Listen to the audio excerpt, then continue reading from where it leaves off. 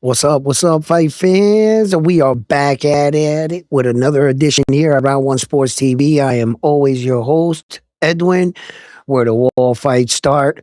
Round one. Yo, I'm still working out these logistics here. So let me know if you hear anything over there. So, fight fans, we got a lot to talk about. We got a lot of exciting boxing matchups stirring up. You know what I'm talking about. I'm talking about that Jerron Boots Ennis and Xander Smoke. So we're gonna be talking about this. I want to talk about the matchup coming up, the one-time Keith Thurman and Sebastian Fundora. And what do you think about this fight, this matchup? The height advantages and everything. We're going to really talk about it. I want to talk about their press conference yesterday. I sat back and watched that. Cameron was up there with Sean Patel. And I like what Sean said. I like what Sean said. Is a breakdown. He was honest. And I think that you know, we'll talk about that. Let's get into this video. Please don't forget to hit that like button, subscribe to the channel, become a Round One Sports Talk member, and like always, let's hop right into this episode. Let's go.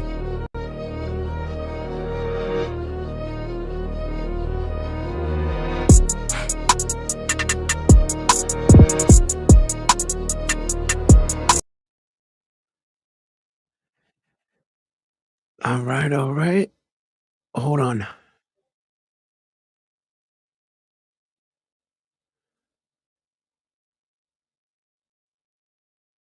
Hold on, let me check something.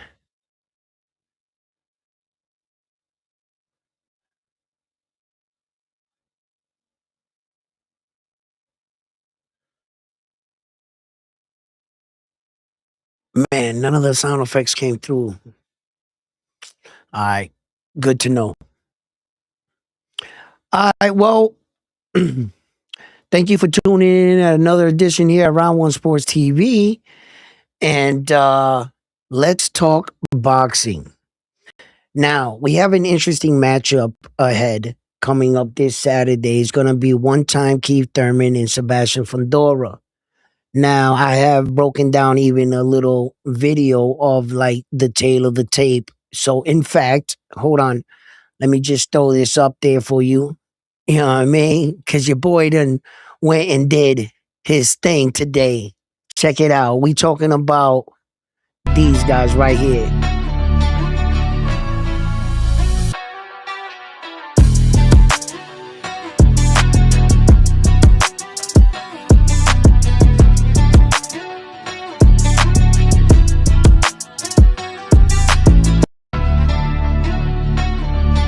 Yeah, as you can see there, both these guys have already suffered a loss in boxing.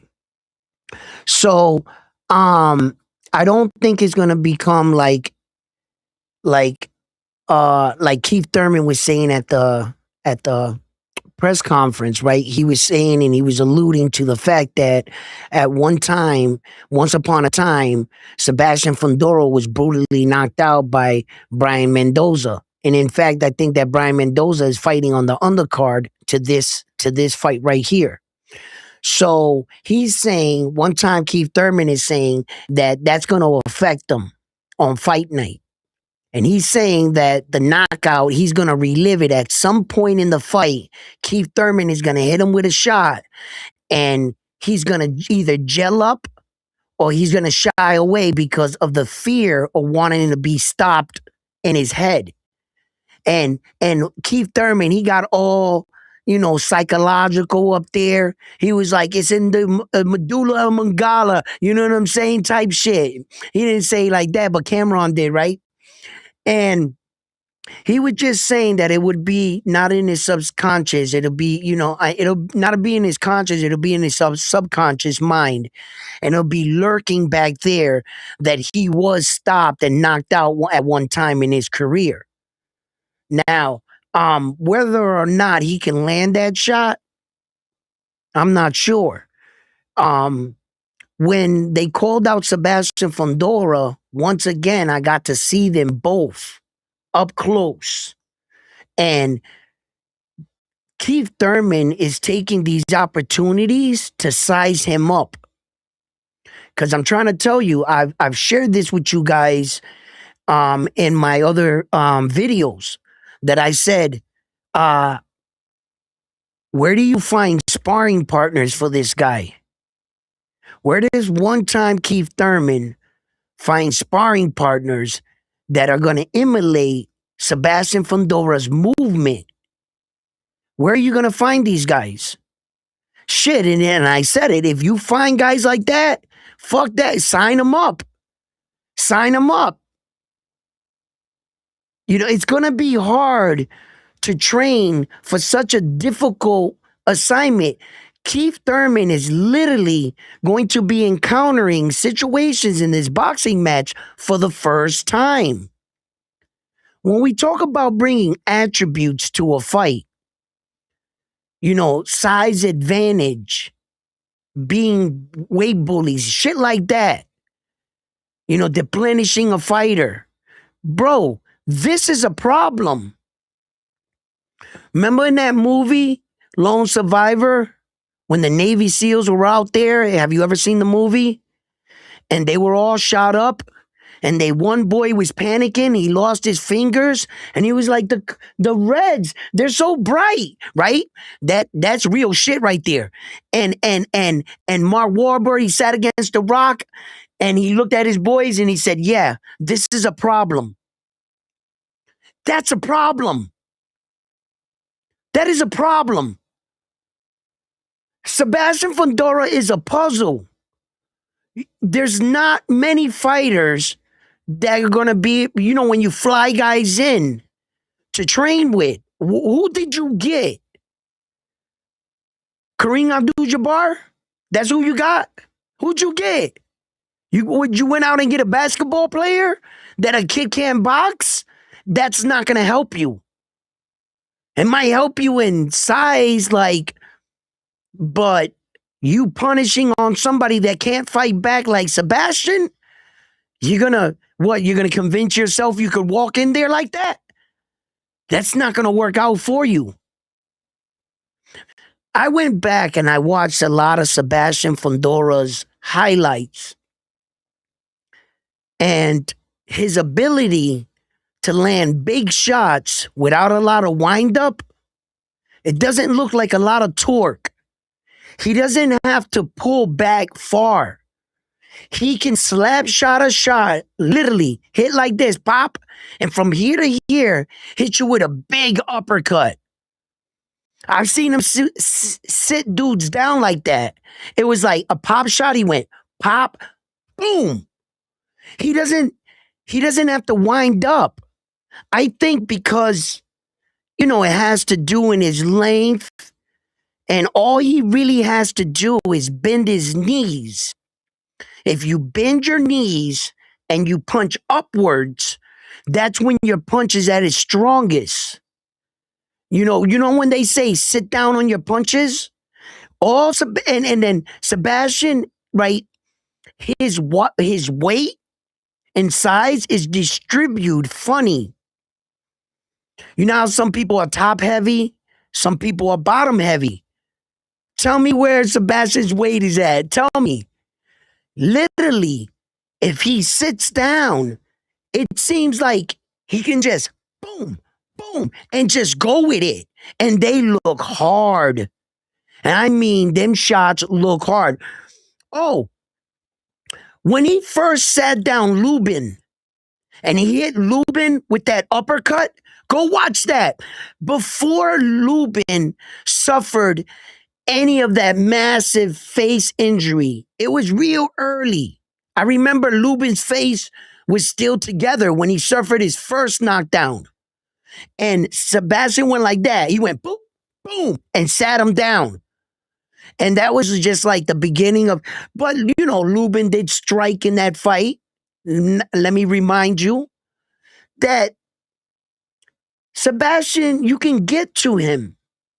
And that's what the odd makers and a lot of people are saying, that if Keith Thurman can connect on Sebastian, right, then it can be a different night. It could be a different night. Now, Sean Patel said something very interesting on the show when he was doing his final analysis and breakdown. He's been in the business for a very long time, and you got to respect the man.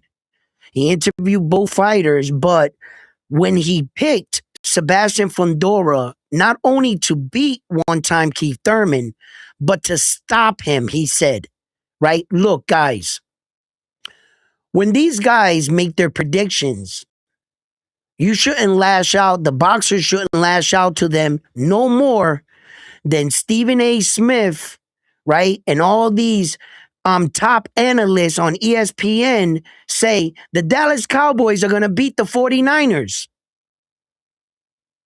When they say that and they pick, do you think the entire Dallas Cowboy team gets in an uproar and says, fuck Stephen A. Smith for picking them over us?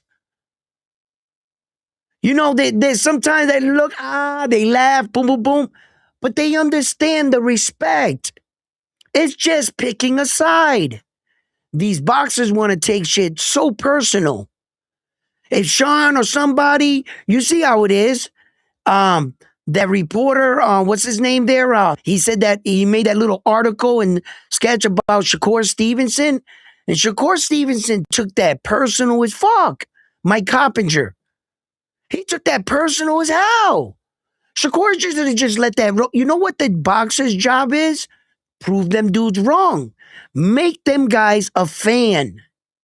So the next time that they get in front of a mic, they talk better about you. They believe more in you. Pause. You understand? Like you can't, the fighter can't get so personal. Like when Keith Thurman was just sat there with Sean, right? And the whole panel was there. Cameron was right there, right? And he just interviewed him. And after the interview, he picked the other guy. So boxers need to know that, look, fuck what we say. We're picking a side just like the rest of the world is. We're boxing analysts, journalists, enthusiasts, podcasters, media outlets, you name it. But at least we're covering the sport. And if it's ever that I pick the other guy against you, it's nothing personal at all. If Keith Thurman was fighting Brock Jarvis, I would have Keith Thurman in the fight. It's not like it's personal and that we're a fan of one of them, but the way that Sean Patel explained it, if you have a chance, go watch that video. Shit, I should put it up. Well, I don't want to put up the whole thing and take up all the time, but if you have the opportunity, you can go watch it, right? And I forgot what streaming platform it's on, but I'm pretty sure Sean's going to put it on his platform as well, right? So, at the end, he heard one-time Keith Thurman, then he heard Sebastian Fundora's version of ways to victory and how they feel, how they see the fight playing out without giving up too much. You know, the fighters are going to answer some questions, but they're really not going to give you their game plan now, are they? That would be foolish, right? And I couldn't help but notice that when they were interviewing Sebastian Fundora, right behind him was his father and Gabriella. You know, they are a tight family. You know, they're there for each other. You know, the support Sebastian shared with the audience, you know, how he got into boxing. It was interesting. I did not know that his brother, he had a brother that actually boxed. That Sebastian said that he was like 12-0. I, you know, that's a later story that I would like to like look into. Like what happened with your brother that he stopped boxing was, you know, unfortunate events or sickness or, you know, I don't know. So, you know, it was just interesting. And then he said he didn't fall in love with boxing right away. He didn't like the fact that he was getting punched in the face and so forth, right? But when his sister won like the national tournament and shit, he was like, "Oh, I like that trophy," and I know how that feels. I know exactly how that feels because it happened to me. I don't remember exactly who it was, whether it was my older brother or somebody. But that's all that triggered. As soon as I saw that trophy and I saw how the girls were reacting to the trophy, oh hell no, I needed one. I didn't just need one. I needed more of those things. Girls like those. Oh hell yeah! I'm getting me a couple trophies. You know what I mean? I was on my way. But girls like other things, and that's for a later story. And that's why I don't have any more trophies. But anyway, look. So it goes to show you how Sebastian fell in love with boxing, and he was a family thing. His father was a boxer, you know, and he was brought up in it, and soon he got a knack for it. He got a knack for winning. He liked getting his hand raised. Um, I look back at some of Sebastian Fundora's pictures, and he was a tall, lengthy kid. You know, you can see where um, if he was a lot shorter, I'm pretty sure they would have bullied on him. The fact that he was that tall, that fast, he was probably 2 feet taller than all his classmates. So he was goofy looking, but you didn't want to mess with him, right? And then boxing at a young age like that, Sebastian probably put it on a couple kids, and from there it was a wrap, probably. But you can see where when the glasses come on, the all shucks personality comes out. He's kind of like, oh, well, he looks like he's about to beat you in a video game and outprogram you. You know what I mean? Like, but under that facade is a killer. Sebastian Fundora will hurt you. He's a punisher, and he will smash your face. And I mean that in the literal sense. There has been more than one fighter that has come out of a Sebastian Fundora fight, bubbled the hell up. And I mean pieced up. And where I started to really identify, and it's just like the Lubin fight didn't do it enough for me, right? Like, out of sight, out of mind, you forget what that looked like. That Lubin fight, you forget a little until you go visit it. And you like, huh? Bro, his mother didn't recognize him after that fight. His own mama didn't recognize him. That's not my son. Go get my son. No, that's your son, ma'am. Huh? Yo. Yo, what's up, Chad? What's up, Boogie? How you guys doing in the building? You didn't ask me for permission to go live. Yo, shut the hell up, Boogie. Yo, Boogie. You see, the disrespect is real. And then when you take shots at your boys, right? And you're like, Boogie, you make a little joke, they want to get butthurt. But and then you want to talk like, you know what I mean? Listen, Boogie, you ain't managing shit. The only thing you managing is the toilet paper count. Make sure that the hand wipes are in the dispensary thing. Just get all that shit together, bro. You know what I mean? What's up, guys?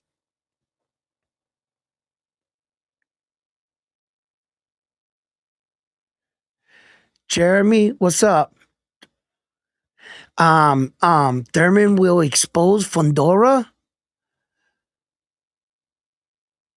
Thurman will expose Fundora. You know, if you asked me a few years ago, 5 years ago, if Keith Thurman could beat Sebastian Fundora, I would say yes. I would say yes. The problem is, one time Keith Thurman, for all this mysterious knockout power that everybody's claiming he possesses, The man hasn't knocked out somebody besides Brock Jarvis there, which is nobody, right?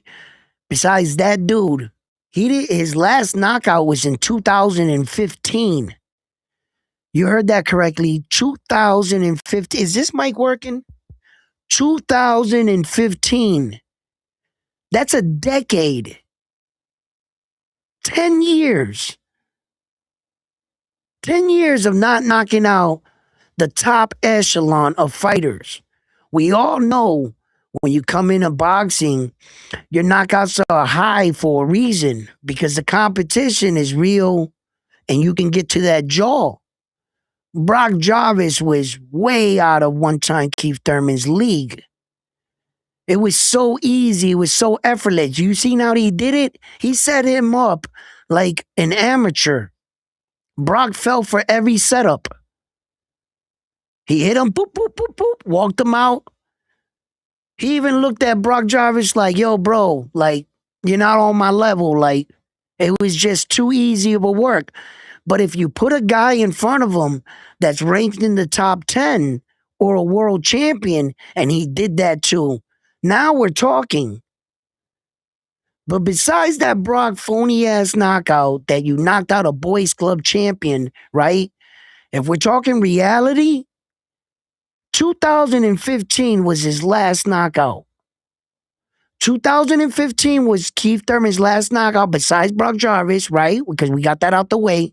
Plus, since 2019 to 2026, he only fought 2 times. He's only been in the ring twice. So you want me to take a guy that hasn't knocked out somebody in 10 years, you only fought 2 times since 2000, almost 6 years.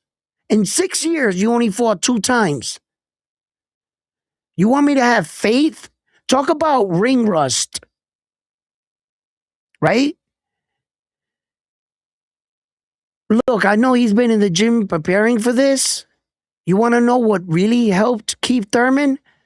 The fact that the fight got prolonged a little and he got to be in the gym a little bit more because Sebastian got hurt. So Sebastian's heals the injury, and Keith Thurman, if he was smart, he would have still stayed in the gym. Now, I understand that Keith Thurman is a very smart fighter. Very smart fighter. I saw the combinations he landed on Manny Pacquiao. I saw the setups. I saw how he lulled Brock Jarvis so easily to sleep. One time Keith Thurman does possess good movement when it comes foot to hand movement. His feet can lull you to sleep and his hands can sneak a shot in. That's one time Keith Thurman. That's his success rate. It's always been his style. He kind of wants his set. He likes a flashy knockout. So one time Keith Thurman's whole facade, his whole image, his whole fighting style, he built it around flashy knockouts. He wants to be that guy that comes underneath your shot and knocks you out under the chin, like Javante Tank Davis, but a little bit more slicker. In his head, he thinks you'll shoot a shot, he'll hit you, walk off like this, and your body will be falling in the background. That's how Keith Thurman wants to fight.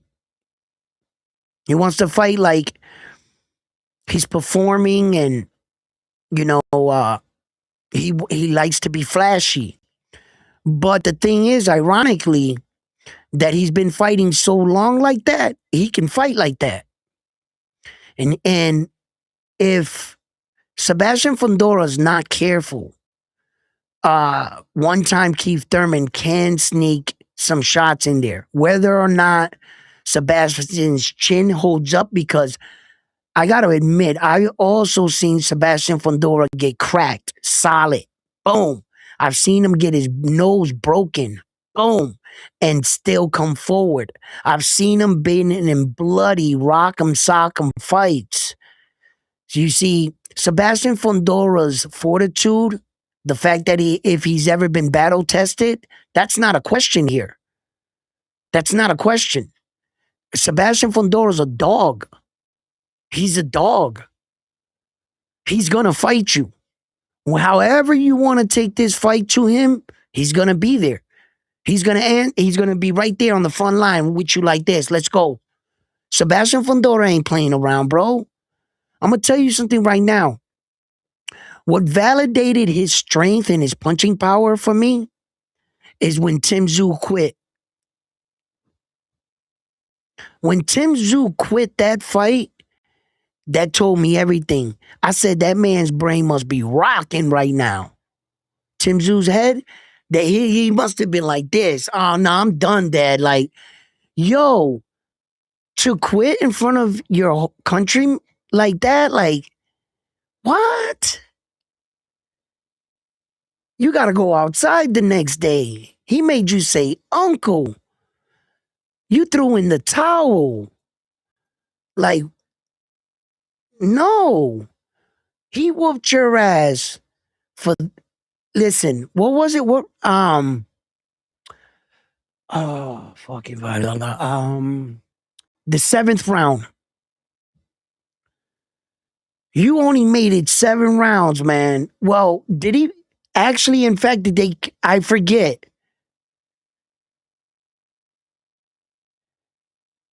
How did that work?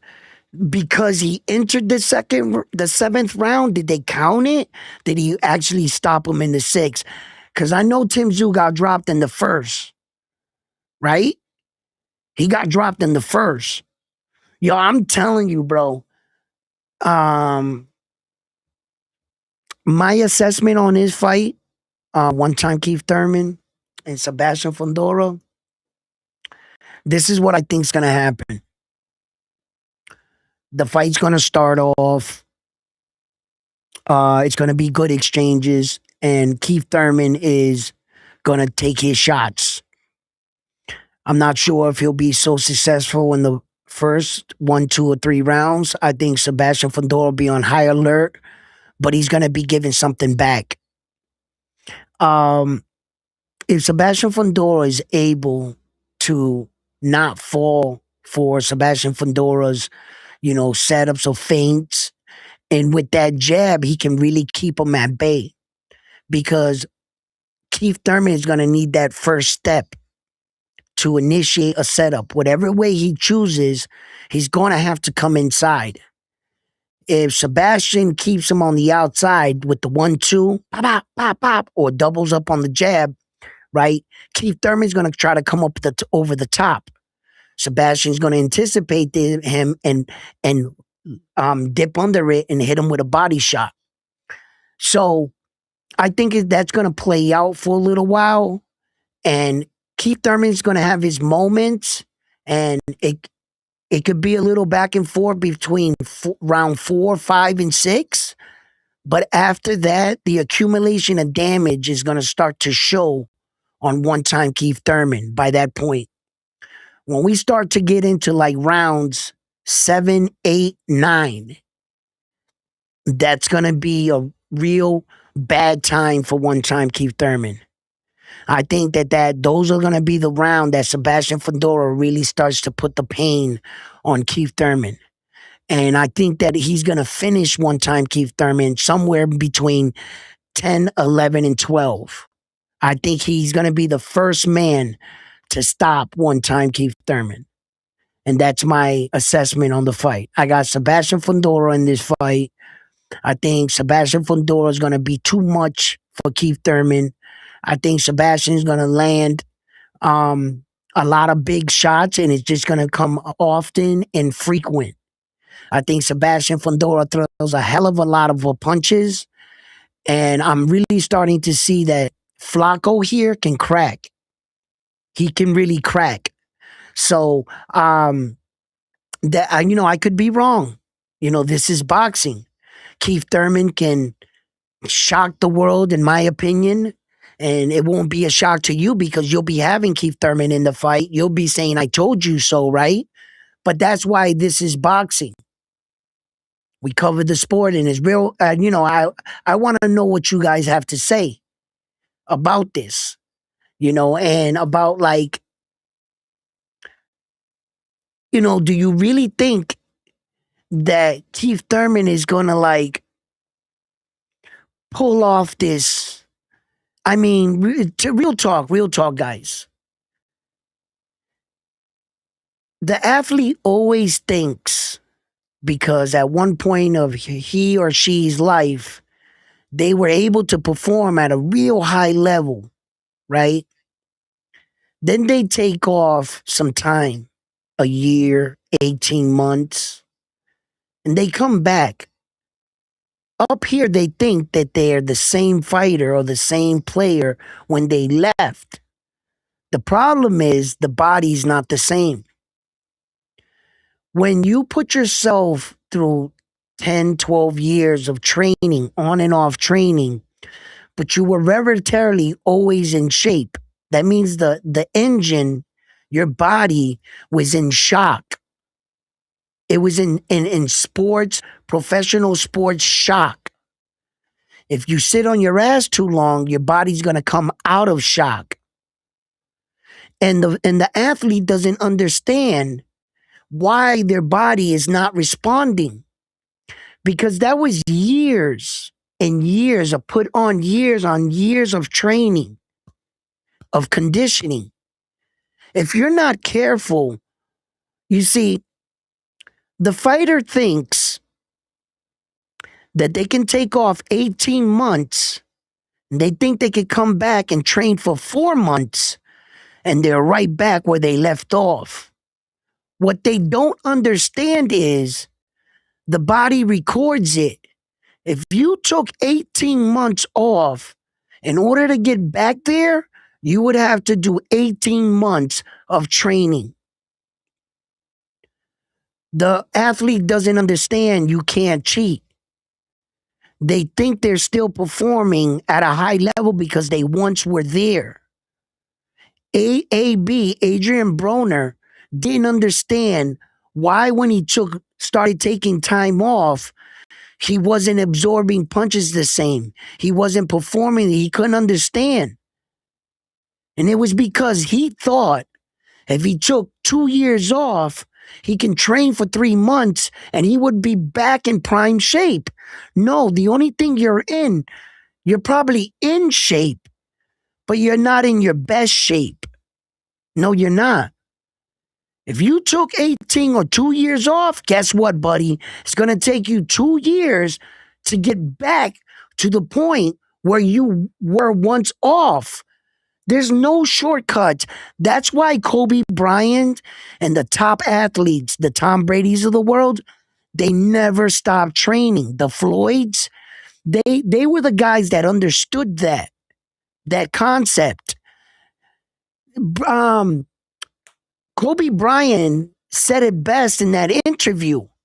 He says, if I trained for 5 years like this, and you came on day one to try to implement the Kobe Bryant way, guess what? I got 5 years on you. Unless I stop to allow you to catch up to me, I'll always be peaking that much more. You know how they say when bodybuilders, the human body can only grow around symmetrically, around an inch. Every year your body grows if you constantly work, but it's going to take you 10 to 15 years to put that all on. But if those bodybuilders stop working out for 1 year, they're done. In order to catch back up, man, listen, that's why when these boxers, they have to understand they can't take, and the reason why I'm picking Sebastian Fundora in this fight is because everything boxing taught me. I'm not betting with my heart on this one. I'm not betting with a name. I'm betting with a boxing insight. And if I'm correct, boxing taught me you can't take time like that off and come back and expect to beat the elite of the elite fighters. I just don't. This is a pretty big task for one-time Keith Thurman, man. He should have took a smaller fight, another small fight. Like he's going from Brock Jarvis to Fundora. Now I know Fundora ain't no fucking gran cosa, right? In a lot of people's mind, they don't even view Sebastian Fundora as that dangerous of a fighter. But you got to remember, he's also developing as a champion too. He's a young champion, a very young champion. Sebastian Fundora was very fortunate to be in that situation he was in. Remember, because ironically, all this has to do with one time Keith Thurman, if you remember. The reason why Sebastian Fundora fought Tim Tszyu the first time is because, remember, Keith Thurman got injured and he pulled out the fight. It was Keith Thurman that started Sebastian Fundora's run. Then they implemented the vacant WBC world title because neither of them had that green belt. Sebastian didn't come into the fight as a champion, but there was two belts on the line, the WBO and the WBC. And Tim Tszyu brought the WBO to the table. Then he suffered that massive cut on the top of his forehead. And a lot could be said for Tim Tszyu's corner on that night. That was truly amateur night at the Apollo. And when Tim Tszyu lost his belt that night, you could 100% put the blame at the footsteps of his corner and his coach. 100, not 99, 100% of the reason why Tim Tszyu lost his belt to Sebastian Fundora that night was his coach and his corner's fault. There's no way around it. They're down bad. Why? He suffered the cut in the second round. Because of the cut was on top of the forehead, and by the way, you guys weren't prepared to handle that kind of cut. You didn't even have a cut man in your corner that had the glue to try to seal up. They put Vaseline literally inside of a cut. We all know in boxing, Vaseline does not stop the bleeding. They try to clog it with Vaseline and pray. By the way, Tim Tszyu's corner, he suffered that cut in the second round. You could have halted the fight. It was under 4 rounds. Tim Tszyu, you guys could have stopped the fight. They could have called it a no contest because he couldn't continue because of the cut. And Tim Tszyu would have went home champion. And you would have came back and relived the fight. The fact that you let him fight on the rest of that fight, and then the outcome was he lost, you guys lost that belt for him right there. You should have snapped out of it and been a better corner and a better coach. There was no way on God's green earth. As soon as you were never, listen, even if you had the glue, that cut was on the top of the forehead where that vein is, you weren't going to stop that blood. Nothing was going to stop that blood but stitches. He needed medical attention. Fight's over. We'll reschedule, relive this fight. He wouldn't have taken that massive ass whooping. He would have only suffered a gash to his head. 100% of the blame, I would put it on the corner of Tim Tszyu in that first fight. And maybe if he didn't take that massive ass whooping and he wouldn't have got knocked out, by Bakram and shit like that, because maybe this all started with Tim Tszyu secretly. That ass whooping and why he was damaged. Why he couldn't take Bakram shots might be quite as kept that ass whooping he took from Sebastian Fundora, if I'm correct, and that guy's cracking like he's cracking. He made him quit the second time. He couldn't take those punches no more. He said, hell no. So, this all started with Keith Thurman. He pulled out the fight. Sebastian Fundora enters the fight, I guess, right? And then all of a sudden, his rise to world championship fights and his descent took off, and he owes it all in part to one time Keith Thurman. So now one time Keith Thurman is coming back into the picture, and he's trying to take away everything he lined Sebastian Fundora up for. He's going to try to come in and be like, listen, because of the fact that I had to pull out, that's the only reason why you got your opportunity. Because if it hadn't been for that, you don't get a shot at a world title. So now he's trying to take everything back. In actuality, all the success, all the fights in between, all the money that Sebastian Fundora has been able to make, and he is the longest reigning 154-pound champion that has the most defense, Sebastian Fundora. Technically, he should be reviewed as the best 154-pounder with title defenses. Xander should outbeat him because Xander is a unified. And as we all know, we were taught math in school. 1 + 1 = 2. If you have 2, you have more than me when I only have 1. Simple math. Simple math. But if we were looking at it as the longest reigning champion, Sebastian Fundora. He's the longest reigning champion at 154 right now, currently. Yes, he is. So, when you look at the landscape of everything, and Keith Thurman is at home watching Sebastian Fundora live his life, basically. All the fights, all the money, all the titles, all the pictures, every newspaper article or magazine he's ever seen him in, Keith Thurman's looking at that saying, that could have been me. That could have been me.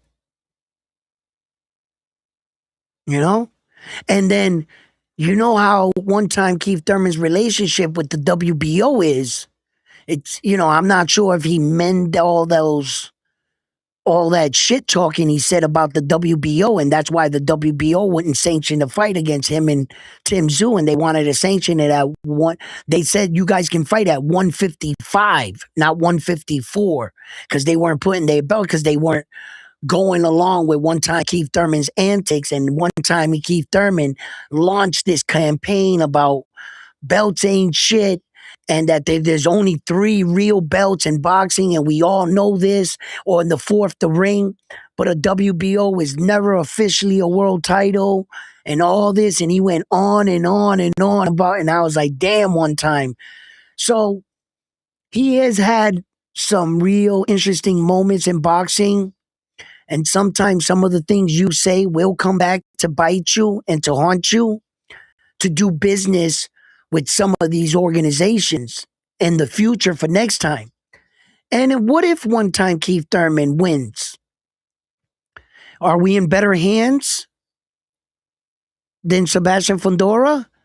I think Sebastian Fundora is an active champion. How active do you think one time Keith Thurman's going to be? He's going to hold that belt for 2 years on vacation and not fight nobody for 2 years. All he wants is a belt to wrap around his waist so he can impress his girlfriend. So when he walks into the restaurant, everybody sees him at the world champion. He just wants to be called champ.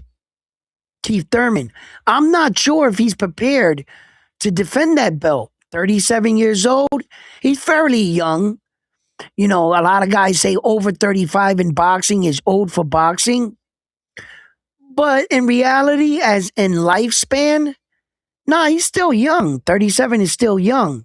Fairly young. You think you're 37, you think you're over the hill and shit until you hit 38 and you realize, fuck, they lied to us. Like, I'm still good. Like, you just gotta just be active. You know what I mean? That's it. So, I wouldn't say he's young for boxing at 37. I'd be lying, but professional sport. But he's been around. I think he can still have some success. I wouldn't say longevity here, but he can definitely put together some pretty interesting fights to close out his career. He can definitely, if he would to stay the course. But do I believe that? Do I believe because of the fact he went? Let's say he in a Keith Thurman world. Let's just say he stops Sebastian Fundora or beats him in a 12-round decision, whatever way he beats him. You think he's gonna go after Jaron Boots Ennis, Keith Thurman? You think he's gonna go after Virgil Ortiz or give them a shot? With the pressure that we're putting on for Jaron Boots Ennis to fight Xander, we're gonna get to that too. We're gonna talk about Xander right now. So, do you think Keith Thurman is gonna go and challenge the other champions? I don't think so. Not sure about that. I mean, in a weird way, I think he would try to fight Josh Kelly because Josh Kelly's style caters to his style. Keith Thurman can beat, oh, I think he'd beat Josh Kelly. Josh Kelly is one of those fighters that he tries to be a little too slick sometimes. And I think he'll bite for some of Keith Thurman's setups. Yeah. I would favor Keith Thurman in the fight over Josh Kelly if he stayed active, right? In a weird way, I think he would. But I don't think he fights Jaron Boots Ennis. I don't think he fights Virgil Ortiz. Nah, something tells me I don't think he takes those fights. I don't think he takes shit. I don't think he fights Xander. Well, maybe he might think Xander's food because he's young, like everybody else. But we'll have time will tell. Now, I know what you guys want to talk about. I know exactly what you guys want to talk about. What everybody else wants to talk about. Why don't we just stop and just talk about it?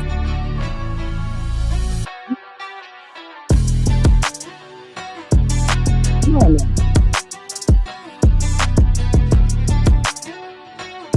You see it. You see it. That's what everybody you came to talk about. That's what we want to see. We want to see Jaron Boots Ennis versus Xander Zayas. Listen, people, let me tell you something right now.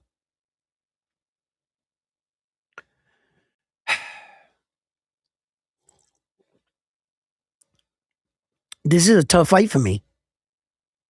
This is a tough fight because now, I always say that I don't have a horse in the race, but I'll pick a side and this and that. Nothing personal to none of the guys, none of the fighters.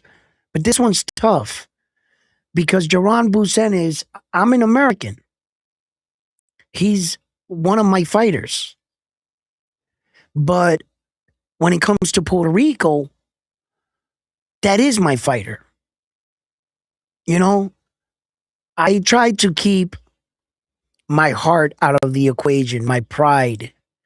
Pride will get you fucked up sometimes. It won't allow you to see things. And you can convince yourself otherwise. Too prideful. When you have pressure from other Latin, your countrymen, you feel the pressure as you talk into the mic. Come on, Edwin, you're not going to go with the Puerto Rican guy? You're actually going to pick the brother. And Puerto Ricans will take that personal. They'll take that personal. So when I get to situations like this, I'm not moved or pressured by anybody. First of all, I want to get that out. I would always like to believe that I speak freely, whether you respect me or want to hold what I say too personal. No, it's just opinions. Opinions about a boxing match that I'm 50-50 about. I have 50% I could be right, 50% I could be wrong. That's it. I'm no fortune teller. I try to call it like I see it.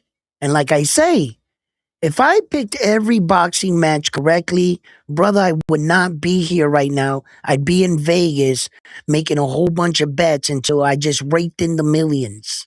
I'd be too busy placing bets right now. Okay? So boxing is very subjective, first of all. And before you throw a stone, don't throw a stone if you live in a glass house. You're no wizard neither when it comes to boxing, because you'd be in Vegas right now too. Okay? So I said all of that to say this. I don't want to convince you that I see something in this fight that automatically tells me that Xander's going to win. No, this one is more about pride for me. It's more about pride. It's because of what Xander represents for me. Xander is one step away from achieving 3 belts. We've never had that. So I don't know how you're viewing your fighters or your situations in your sport, but I'm competitive as fuck, boy. I'm too competitive to allow this to go by unnoticed. Nah, man, not when we're right there. We got 3 guys. We got 3 shots at this. We can fall on our face. When the Golden State Warriors were up 3-1 on the Cleveland, what happened? They were 3 games to 1. They only needed 1 game. Champions.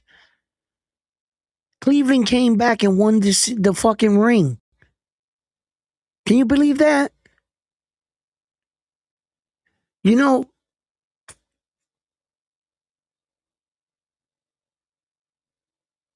I know what we're up against if they put this fight together.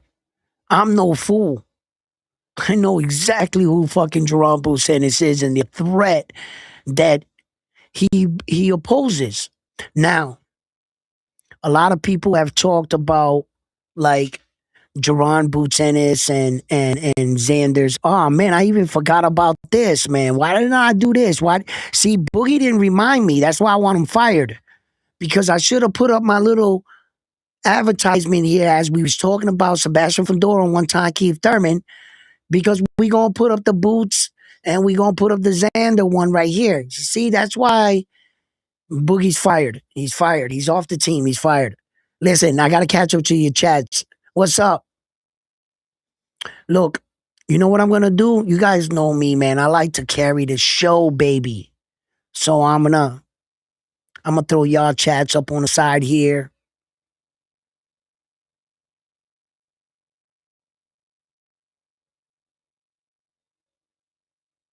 Ness ain't here today. Let's go. What's going on over there? Island boys. Yo, yo. You want to start now? You want to start now? Is that are we going down this road right now? Keep that energy. Keep that same energy. Yo, listen. I wanted to come off as peaceful, all right?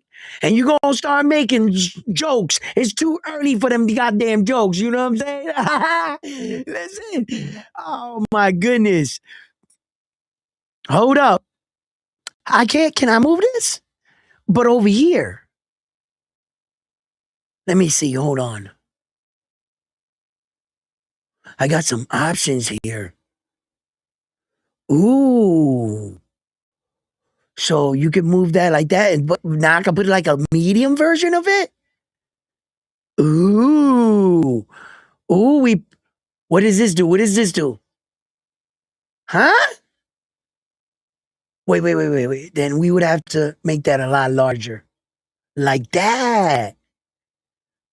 Ooh.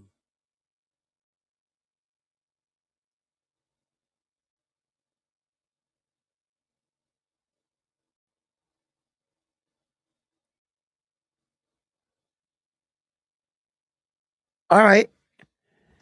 The only thing I have not figured out now is how to move them.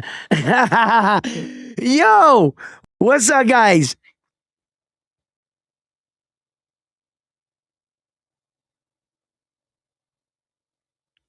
What's that say? Jay? Boots would make Virgil quit. Like Hawkins made De La Hoya quit. Well, first of all, he didn't make De La Hoya quit. A body shot did. He folded him like a lawn chair, a liver shot. He couldn't he couldn't recover. He needed like 30 seconds to recover from that shot. So a massive body shot ended the night for him. It's not like you went back to your corner and you didn't answer the bell. That would be quitting. You know what I'm saying? You can view Ryan Garcia as a quitter, but he actually didn't quit in the fight. He was his wind was knocked out of him. There was a reported rib injury, but it didn't matter. The body shot is what knocked out Ryan Garcia. You know what I'm saying? He didn't quit in the fight. He was knocked out in the fight. Oscar didn't quit in the fight. He was knocked out in the fight.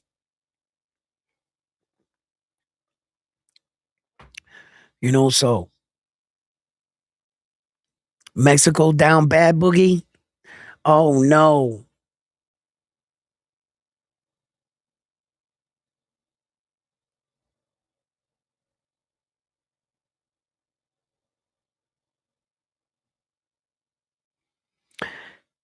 Mexico taking losses. Virgil is still a prospect.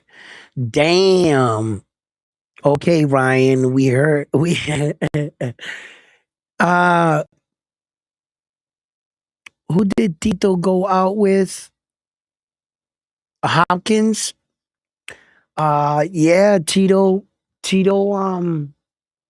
lost to Hopkins. Um I wanna say wait a minute, let me see here.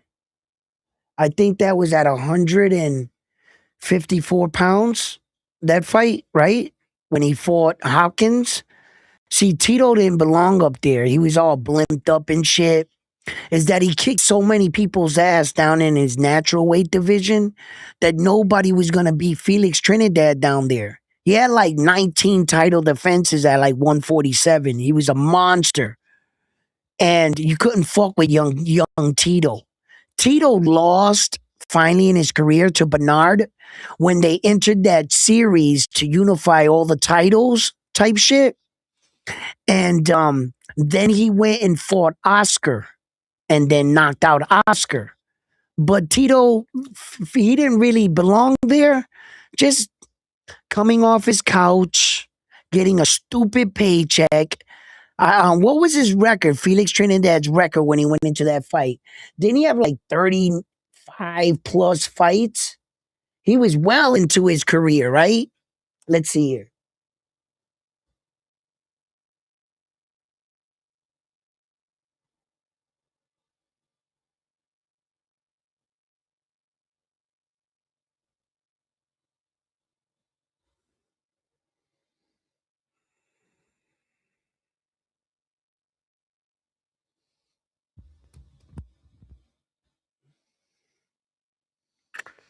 Hold up.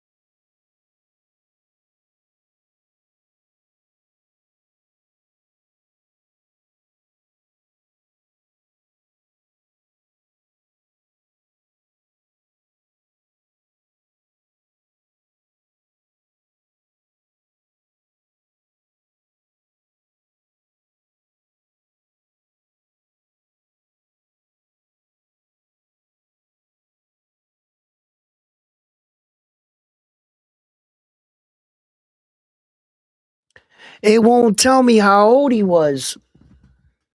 I can't find. He's 53 years old right now. I'm trying to do the math. I forget what it just. And then BoxRec doesn't even have him. Like I keep typing in his name in. Hold on. Maybe. Yeah, I know how to spell his name.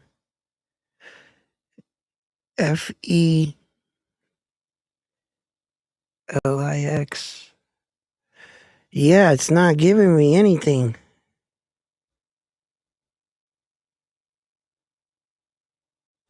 Hold up. Now,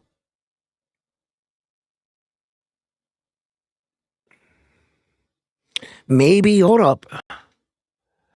Maybe they have him on the Tito.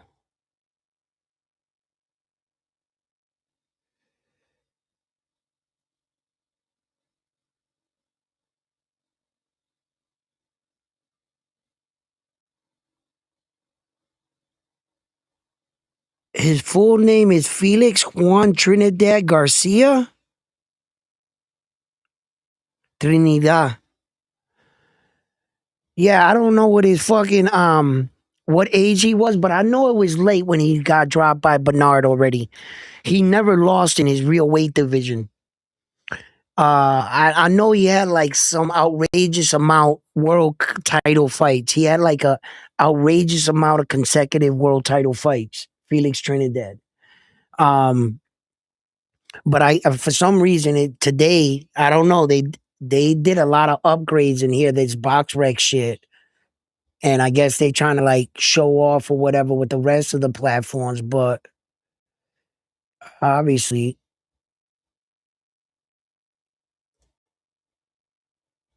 Trinidad.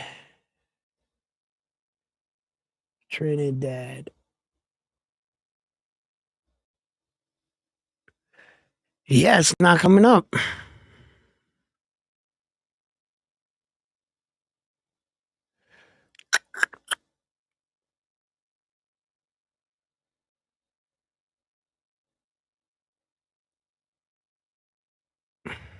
Some these bums come up.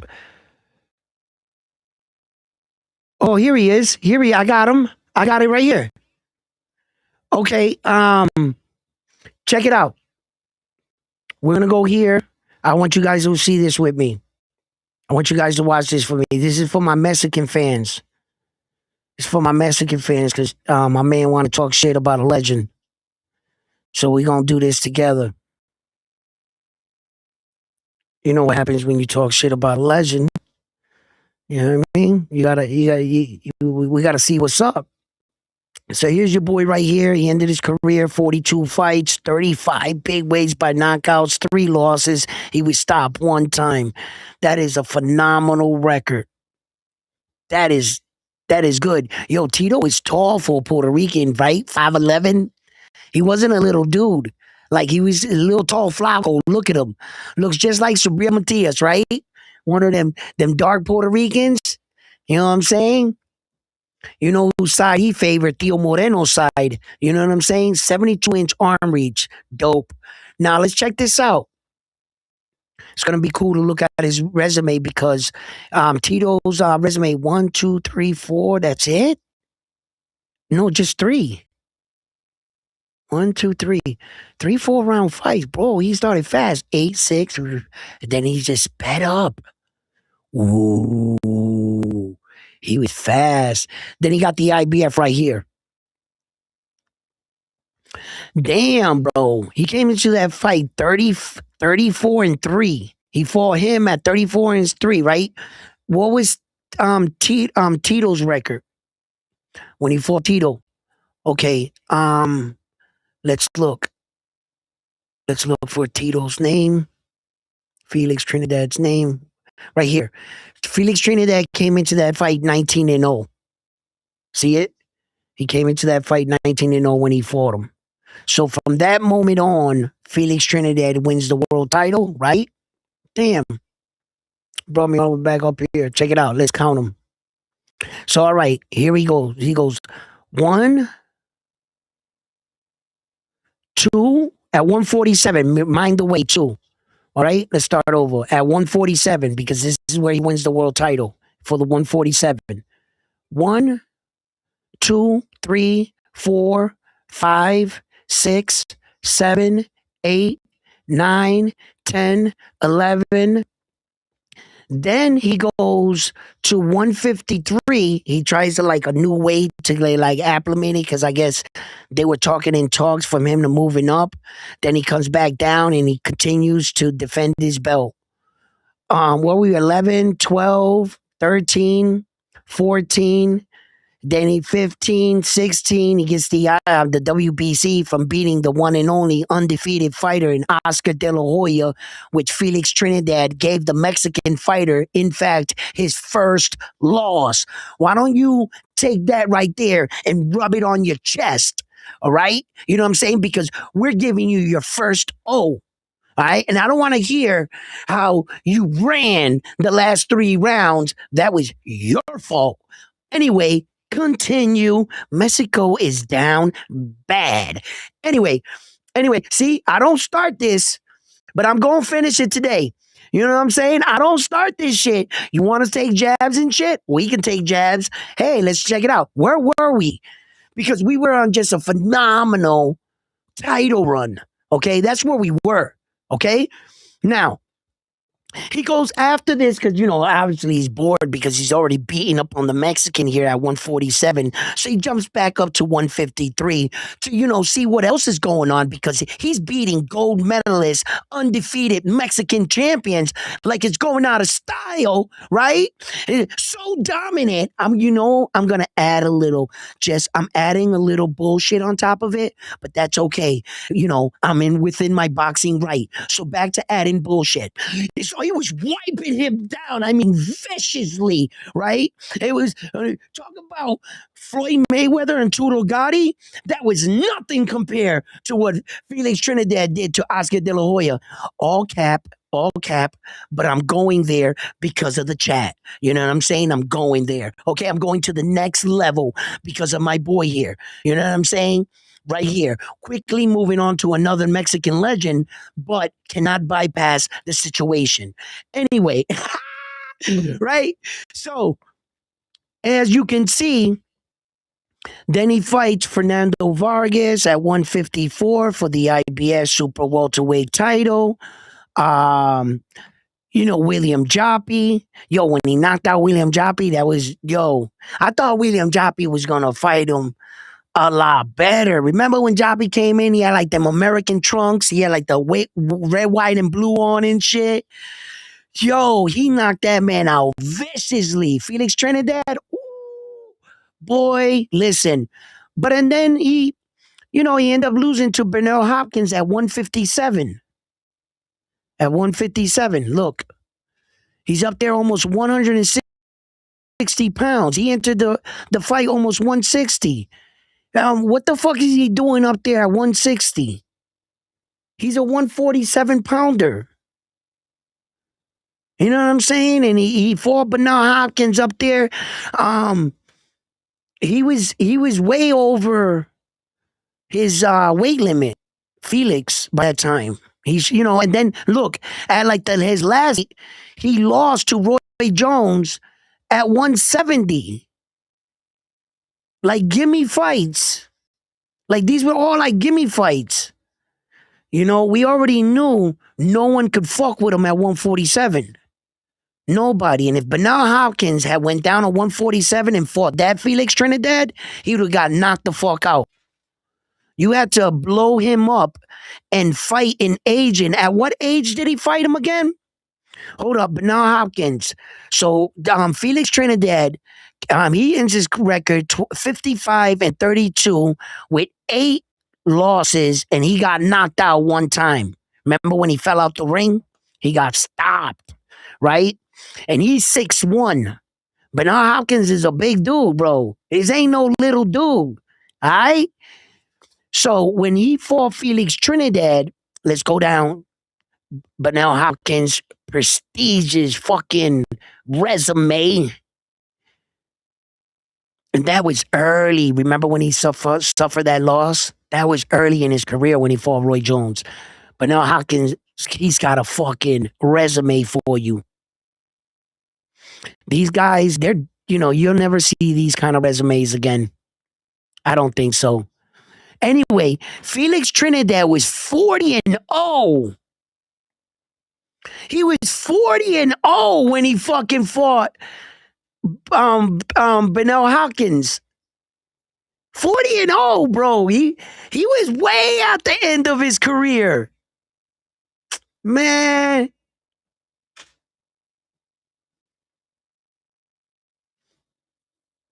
Hold up. So what was Bernard's record? Bernard was 39 and 2.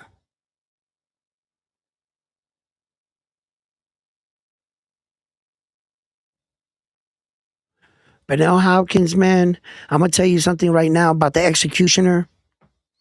If he didn't do that stretch in prison, he wouldn't have to have fought for so long. You know what I mean? He did a lot of good shit at the end. Imagine if you had him for like his whole career, Hopkins, and he didn't do that bid in jail and do all that time. When he finally came out, Hopkins was forced to fight late in his career. When most guys with that kind of record, with 40 fights, 39 fights, they were already on a down in their career. They had had a life of boxing, amateurs, all the way coming up, all tournaments, then the professionals. Hopkins was in prison eating 3 meals a day trying to train.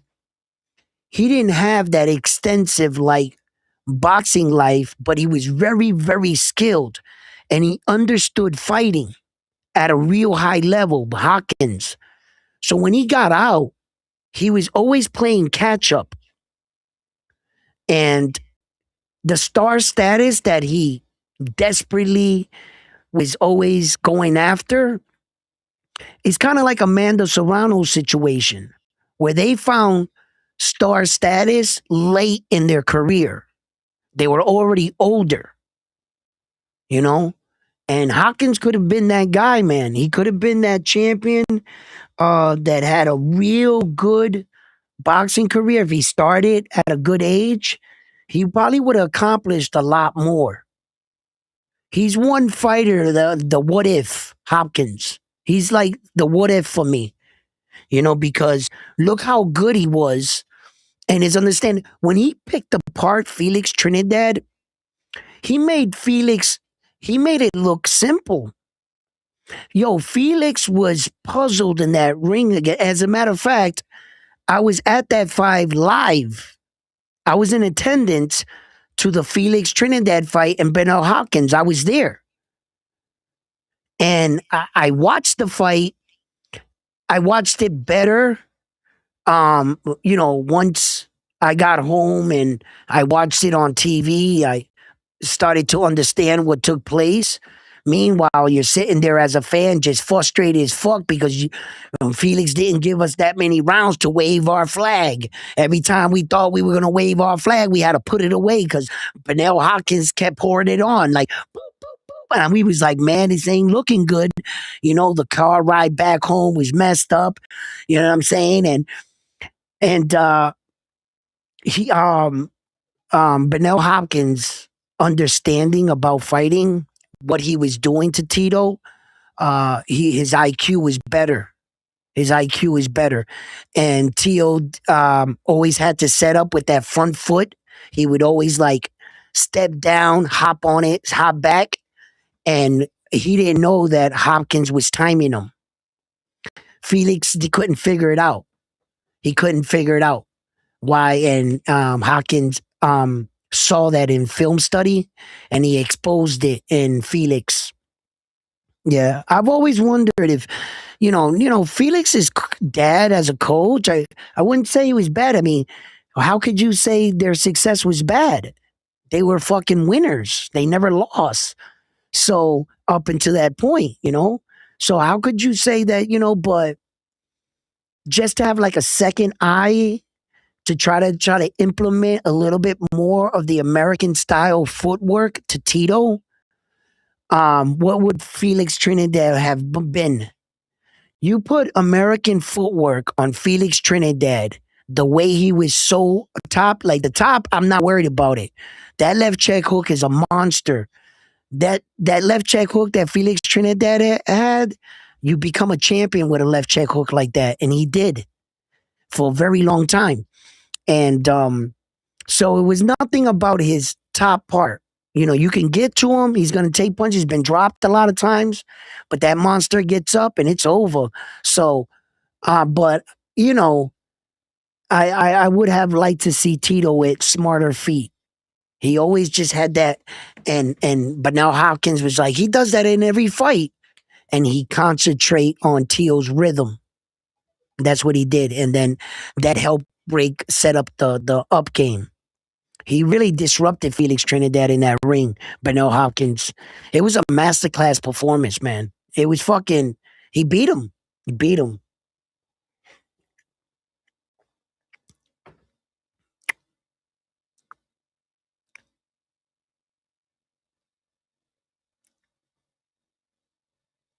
Bernard was a very sneaky fighter, bro. He was sneaky and crafty at the same time. He's very crafty, man, in there. I got to admit. Like,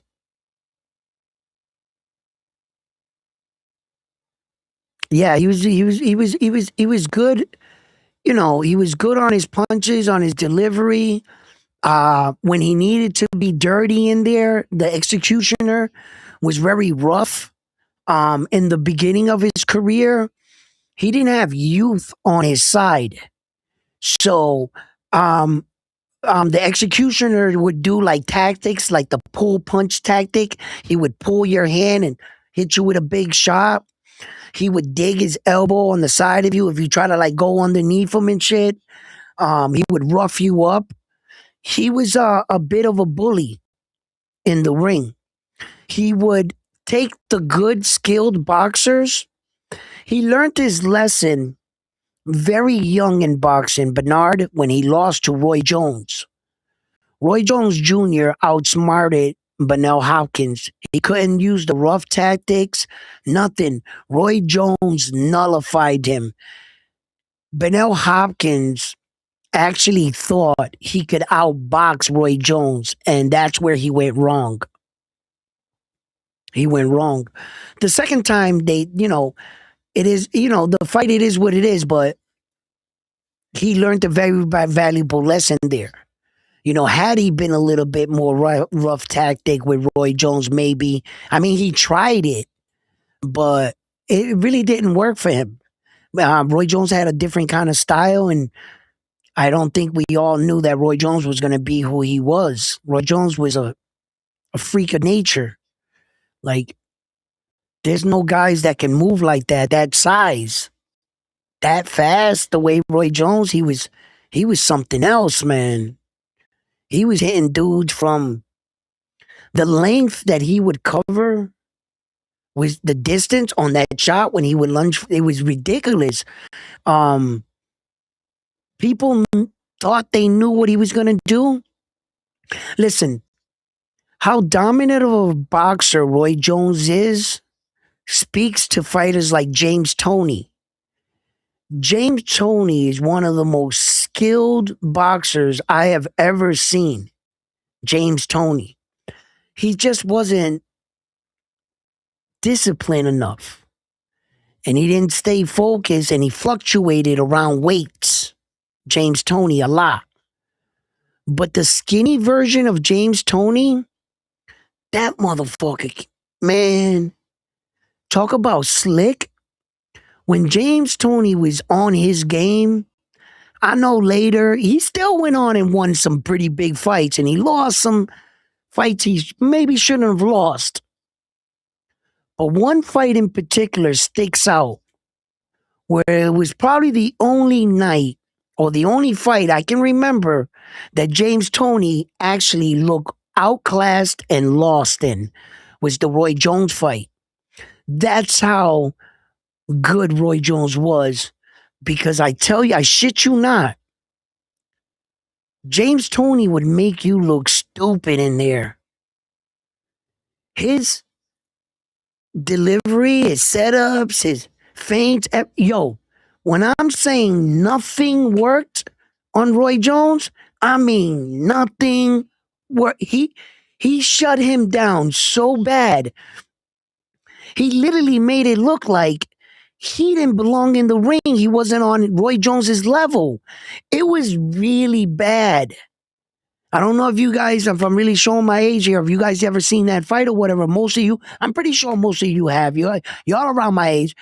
And like, yo, James Toney, that dude can fight, man. Not only can he fight, he can box.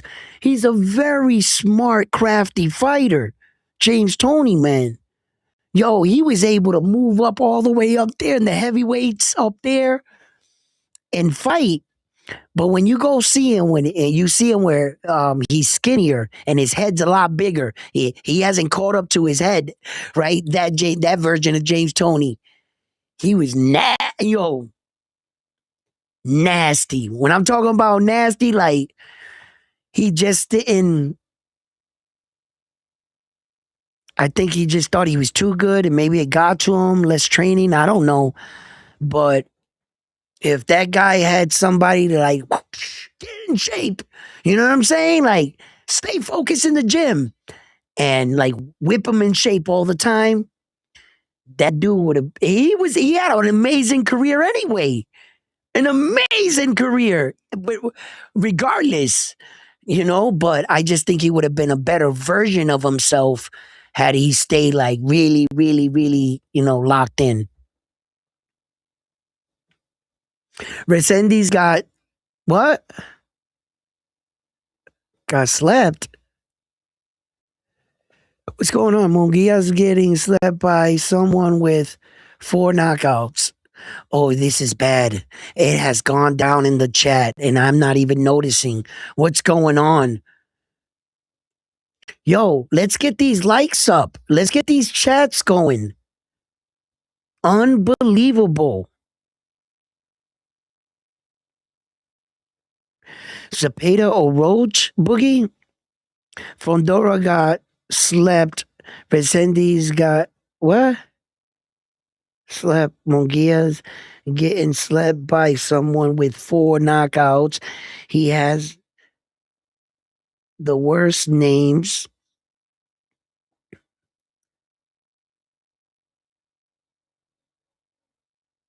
Canelo got 60 professional fights. No shit. And the people on his resume, no shit. Have I got up here on the mic and said that Canelo Alvarez is the last of the Mohegans? Yes. You will never see that again. So enjoy this with Saul Canelo Alvarez right now, guys. Because I don't think we'll ever see these kind of records ever again in boxing. These guys are not fighting enough on average to make this happen. These guys are not fighting enough on average. But enough of that. Let's get back to this Jaron Boots Ennis and Xander fight too. Let me tell you guys something right now, man. If this fight gets signed, when it does get signed and it's all official and it's said and done, there's a lot of rumors. I've heard a lot of things. I've seen a couple of videos. I'm not reporting on none of them. I'm not co-signing any of that shit. When I see them start entering real camps and shit like that, and when they start both initiating the testing, right? For example, when you negotiate a fight and you sign it and you get the venue and you notify the boxing athletic committee in whatever city or country you're fighting in that you will be participating in a boxing match there. From that moment on, the boxing association of whatever city you're in gets both of you to enroll in doping testing for a banned substance. At that point, you signed your part and you enter testing. You got to bring them all your supplements. Hey, test this. Can I take this? Can I take that? That's when everything officially begins and your clock started. Until like Devin Haney, remember when Devin Haney, they were saying, was dragging his feet with Brian Norman Jr. in the beginning, and Brian Norman Jr. was like, I'm signed up, and he's waiting for the last day to sign up. I mean, you can do that. There's nothing wrong with it. And he's trying to make him sign up like a month early. But once you sign that right there, that's when all the testing and everything starts for all of you. And once that, like a process like that kicks off, then I'll know the fight is really, really going through. You know, because I've already been that fan where we thought we were going to get this fight. And they were in deep negotiations, Teofimo Lopez and Sabrina Matias.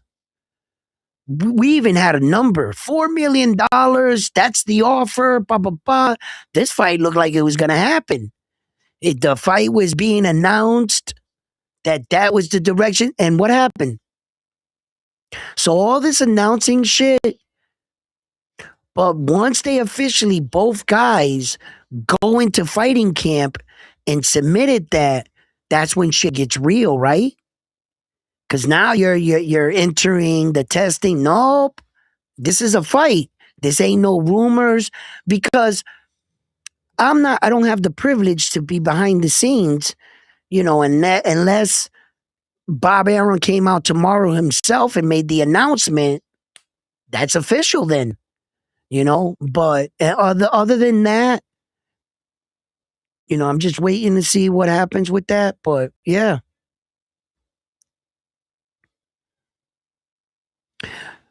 Boogie says, what? We'll see. Cepeda will force him to bang it out, I think. And he says for the first half, maybe. I got Rocha. Cepeda's been in too many wars, life and death with Farmer twice. And did you see how fucking Schofield walked in there and starched that man? Let me tell you something. I don't think nobody expected that from Schofield. The way he starched Farmer like that, man. Yo, he literally went around him and just snapped him, pow, and sat him down. Yo, when he got up, he showed youth, strength, and some speed. He literally steamrolled Farmer. So, and then it goes to question the wars that he's been in with Cepeda. You know, and Cepeda just got into a little war there with Shakur, which in the fight we saw William Cepeda stagger Shakur. Shakur can say whatever the fuck he wants. Brother, he hit you with a shot. I don't care if you were off balance, in balance, I don't care, whatever balance. You staggered. It didn't look good. It didn't look good. So he won the fight though dominantly, I think. I don't think that William William Cepeda fight against Shakur Stevenson was more closer than a lot of people would like to pretend it was. I just think that, yeah, he whooped his ass. So those fights are not aging as well as I thought on William Cepeda's career, you know, but on his resume. But as for Lamont Roach, how did we get here? How did we get here? Seriously, guys, check this out. Lamont Roach got his cloud status and his claim to fame by losing or coming up in a draw, because he didn't win it neither. He didn't win the fight neither. Coming up into a draw with Tank Davis. That's basically his claim to fame. That he got a draw. How did we get here? How? Like, and then you win you're literally coming off two back-to-back draws.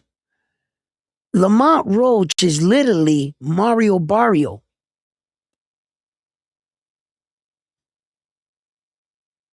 Like, at least when Esau Pitbull Cruz did it, right? The difference between Esau Pitbull Cruz and Lamont Roach, when Esau Pitbull Cruz lost, well, Tank Davis situation right there, right? When it was off, he got his star status, but he became a world champion after that. You see, some people think that they're slick. When they talk about Tank Davis, they talk about all the world champions he fought. Esau Pitbull Cruz was a world champion, right? Lamont Roach, and you're like, wait a minute, whoa, whoa, whoa, whoa, whoa, whoa, whoa. Esau Pitbull Cruz was not a world champion when Tank fought him. He went on to be world champion. So actually, Tank, you didn't fight that version of Esau Pitbull Cruz. You can't get credit for fighting a fighter when he went on to become world champion. He either had to be champion or a former world champion or moving up in a division. That way he was a champion in another division like Lamont Roach. You can give him credit for that because he had a belt at 130. See, before he fought Tank. You understand? So, like, watch it. Because Tank can't get credit for Esau Pitbull Cruz's title run. He fought him before that. But they'll try to give him credit for it. So a lot of stupid shit that be going on in boxing, trust me. But yo,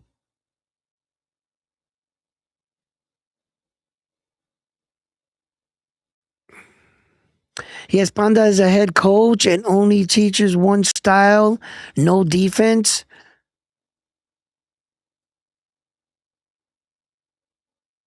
I don't know.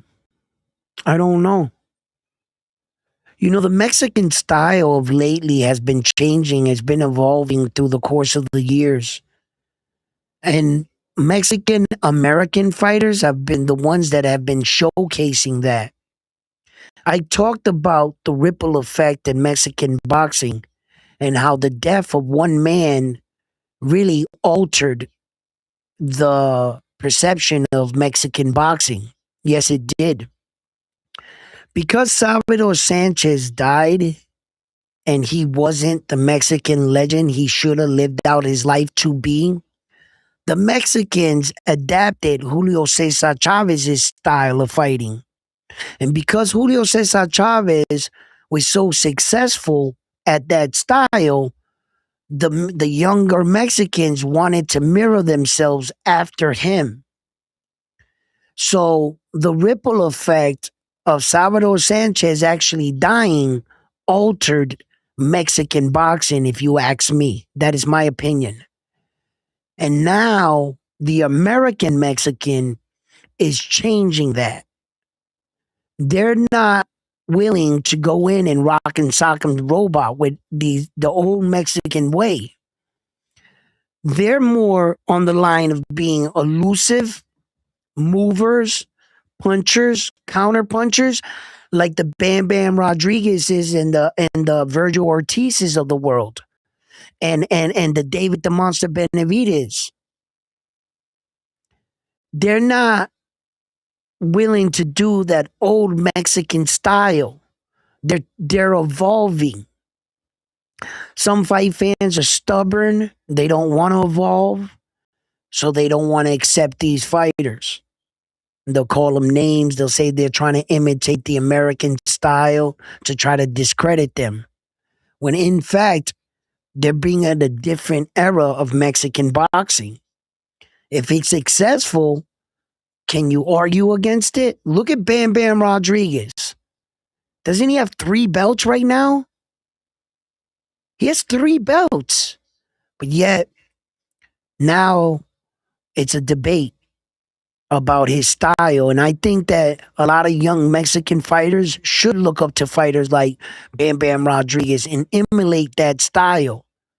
If you already got the ability, heritage wise, they say that they have thick cranial foreheads, the Mexicans, that they say, I'm not sure if that's all the way true, but something they can absorb shots for some reason. So if you already got that in the back pocket, it would be great to learn a different avenue of the fight game, where that if you had to go there in that fight, you got that on your side regardless. Just don't take it 12 rounds every fight and using that style of blunt force, rock'em sock'em on the inside, fight after fight after fight. If you had a different pitch, don't throw the the fastball all the time. Why? You're gonna blow your arm out. You gotta switch it up. You gotta throw some change ups, some sliders in there, some curveballs, right? Right? You gotta switch it up. So that would be the same concept. You gotta switch that shit up. So look, the sweet science is what I'm banking on in a lot of these fights. I'm making a boxing judgment. My IQ tells me that Sebastian should win this fight. As far as the Xander Zayas and Jaron Boots situation,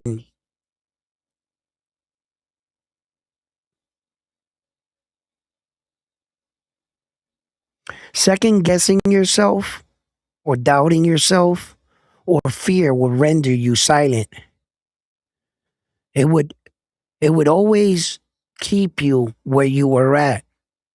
If you're never daring to take a risk or take that leap to really test yourself, are you on the next level? No matter which way you want to view this, you've heard the stories about Xander being a sacrificial lamb for Top Rank. And I'm going to tell you what, even if that there's some truth behind that story, I don't view him as a sacrificial lamb. No, I view Xander as a business move on the chessboard. I'm pretty sure that Top Rank called him in the office. They weighed up their options and they asked Xander, would you be willing to take this fight? Because they want this fight part of the network deal. And if you was to actually take this fight, Xander, you're actually saving like all the other fighters in the company. The Bruce Carringtons, the Naoya Inoue's, the Vargas, and the list goes on. Because now they got a platform they can call home. They won't be airing their fight out on Facebook, Naoya Inoue, right? Because Uncle Bob didn't have no platform. So the Saudi dude said, well, the only way I'll allow you into the clubhouse, you got to give me one guy, Xander. You got to feed him to this dude. Now, here we are. Now, whether or not there's truth behind that story, what do I tell you here at Round One Sports Talk? What's my slogan? Boxing is a business disguised as a sport. That's my slogan. And I tell you this and I remind you all the time that there will be business moves done in boxing. Do not look at this as a sacrifice. There's no sacrifice here. How can you tell me or convince me that this is a sacrifice when what are you telling me? You're sacrificing a professional fighter? Wait a minute. Isn't he a professional fighter? Yeah. That means he's not scared of anybody. That means, okay, wait a minute. This guy gets up in the morning, puts on gloves, and he earns his money by punching people in the face. We're supposed to have sympathy for him? We're supposed to be scared for that guy. I don't think that guy is scared of anything. He blatantly goes to work and voluntarily takes punches to the face for his job.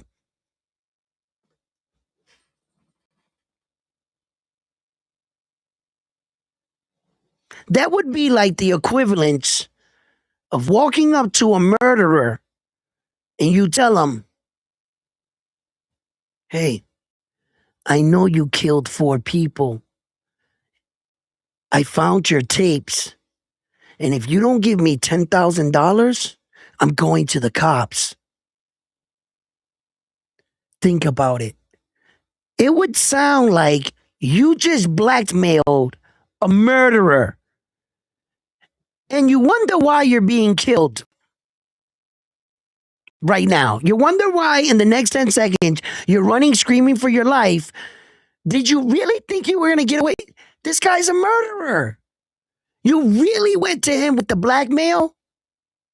That was your plan? Did you really think that the fighter was going to flinch? When you said Jerron Boots' name at Xander, did you really think he was going to flinch? You're talking about a professional fighter. If you ask me, they're just 2 fighters. You can have like chains on them like a collar, and they're like, oh, just let them go. I bet you they would fight in the middle of fucking Top Rank's office for free. If he saw Jerron Boots in the parking lot, he'd walk around the car and right to him, and they start going at it right there. They just 2 fighters. So, Jerron Boots or Xander doesn't get my sympathy. I'm not trying to protect Xander. He looks like he can protect himself quite well. What am I, protecting his image or something? What do I think I'm doing? That motherfucker can kick ass. Did you, like, you know what I mean? Like, did you really think you were going to blackmail the killer? Did you think that he was going to flinch? You should have thought that through. And you want to know something? Okay. The odds are a little bit on Jerron Boots' side.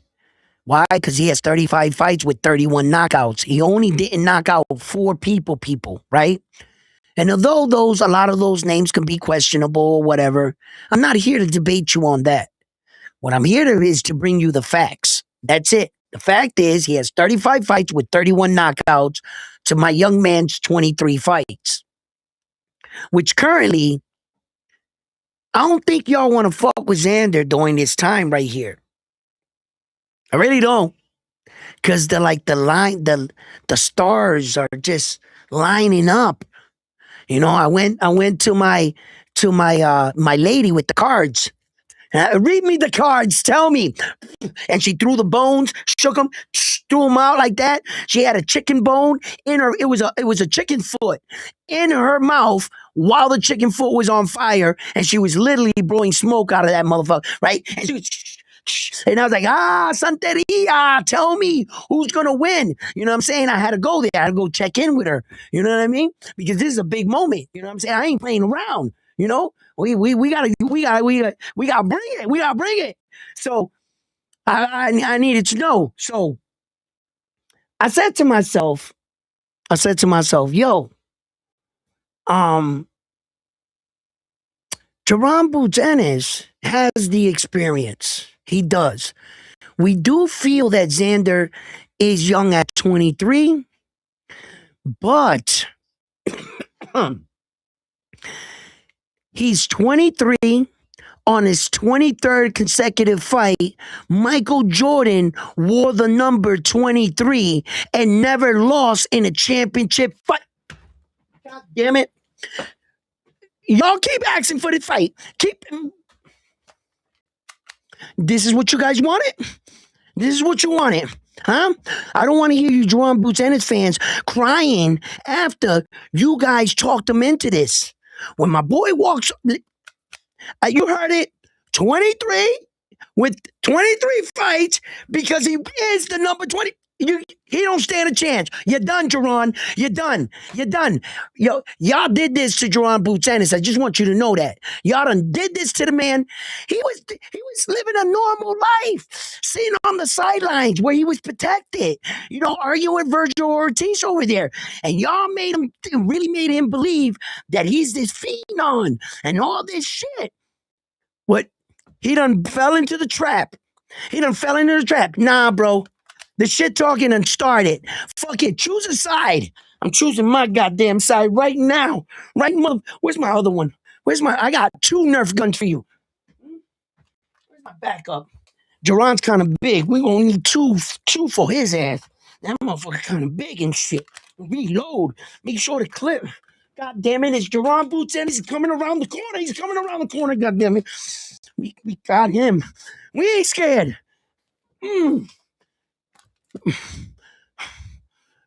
We going to war. Oh, it's on now. Bro.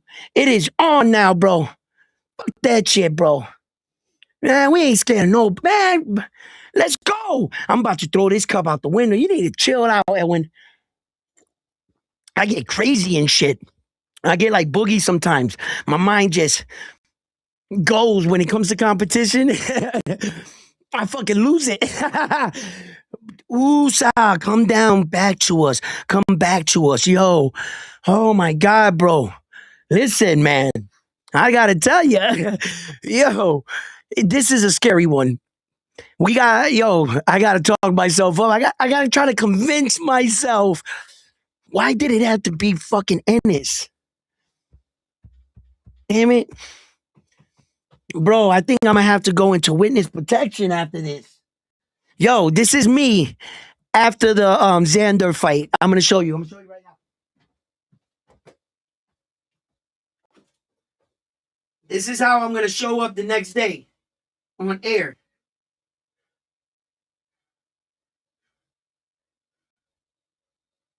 I'm gonna be talking all this shit. And the next day,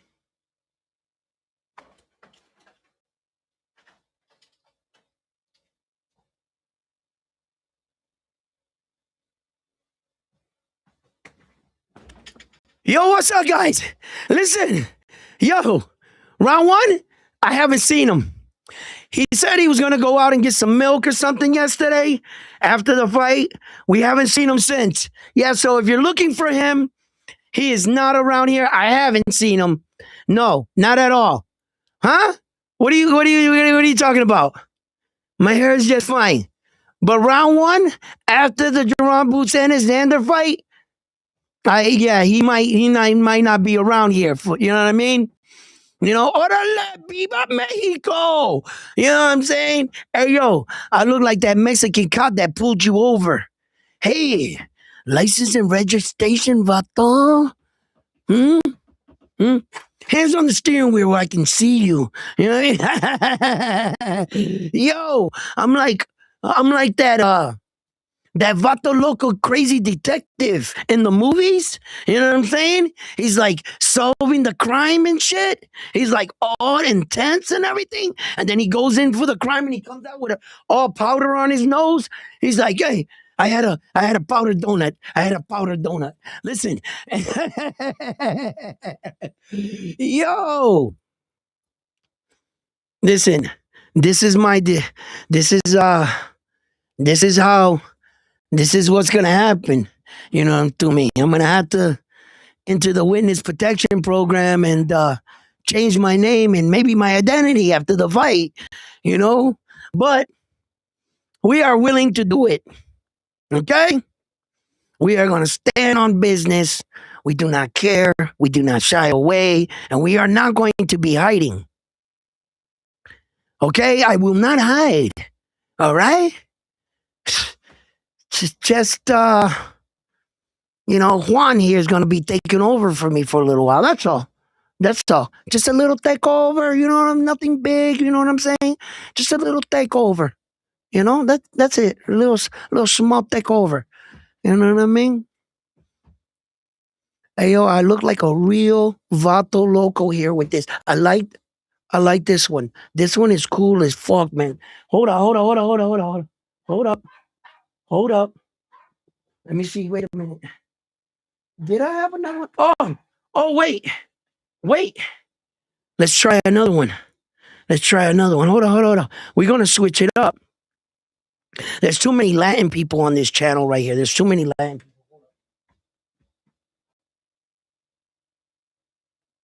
We're really gonna switch it up now.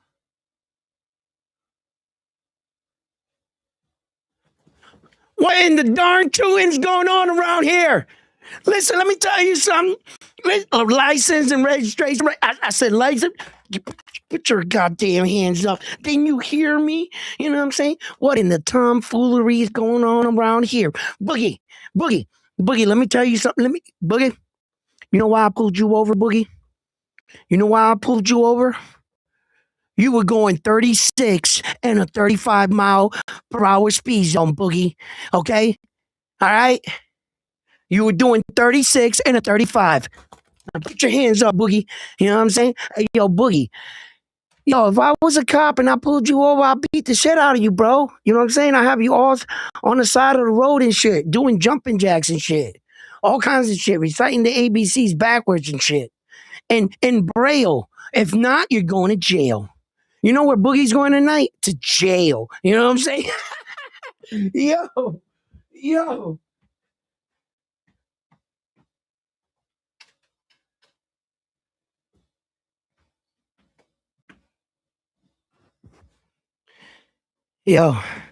Yo, so if after the fight you guys don't see me or hear from me, my uncle will definitely come in and do the show for me. I might need a couple days, to myself to reflect on the loss. It might weigh heavy.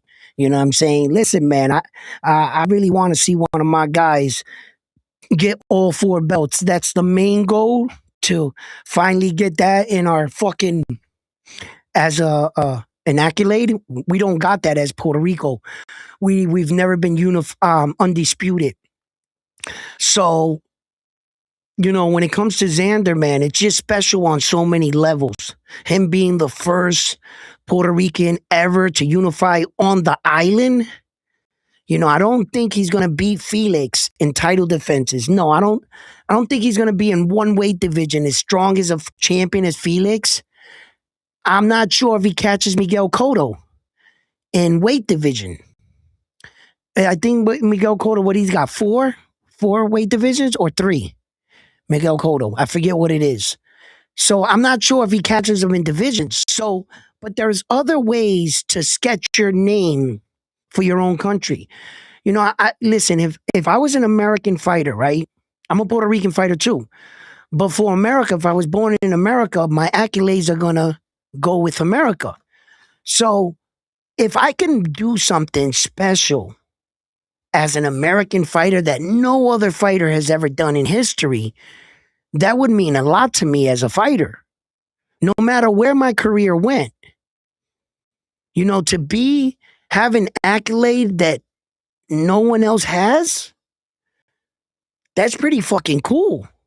So I think I take it personal with Xander because he was the front runner for us. I don't think that the boxing world is going to give us credit for as skilled as Oscar Collazo is and Santiago, because they're in lower weight divisions. If there's only one person that can speak loud and it can be in the glamour divisions, with Xander, where that they would have valued our belts. Look how many belts, honestly, guys, look how many belts fucking Naoya Inoue has. You think the boxing world value his belts on the same level as Terrence Crawford's belts? Or Devin Haney's belts, at least? Naoya Inoue's, no. No. Once you say the weight division, they're going to be like, oh, yeah, well, they give those belts out down there. But in order to have a surefire stamp of approval from the boxing world because you're in the big boy weight division. You're in 154. He was the front runner for Puerto Rico, and I look, if Oscar does it and the other guy does it, between me and you guys, it's remarkable. But you're not in the glamour divisions in the boxing world. They will not look at those little belts. They're not little in the sense of smaller than the other belts. No, they're little in the weight division sense. He's actually in the lowest weight, 105. And the other dude is like, what, 115, 112? So it was always for me. Xander was my biggest shot. Where that Puerto Rico would have got a real claim. Like, yeah, y'all did it because you guys did it at 154. Not at 105 or 112. Even I'll take it. I don't got a problem with the 105 or the 112 belts. I personally don't. But when it comes to the respect of everybody, all of the boxers would not be able to deny that. And they fucking went after the one guy that now there's a possibility we might lose it all. Jaron Booten is very much can beat Xander Zayas, bro. I'm shook. I'm shook for this fight, bro. I can't believe he took it or is going to take it or he's going to have to be the piece that Bob Arum, puts up. And Xander's going to step as the warrior as he is. He's going to say yes. He's not a coward. And it's fucked up, man. That's why I'm real emotional about this one right here, this fight. Because damn it, man. Like we was right there. There's still hope. There's still hope. Xander can actually win this fight.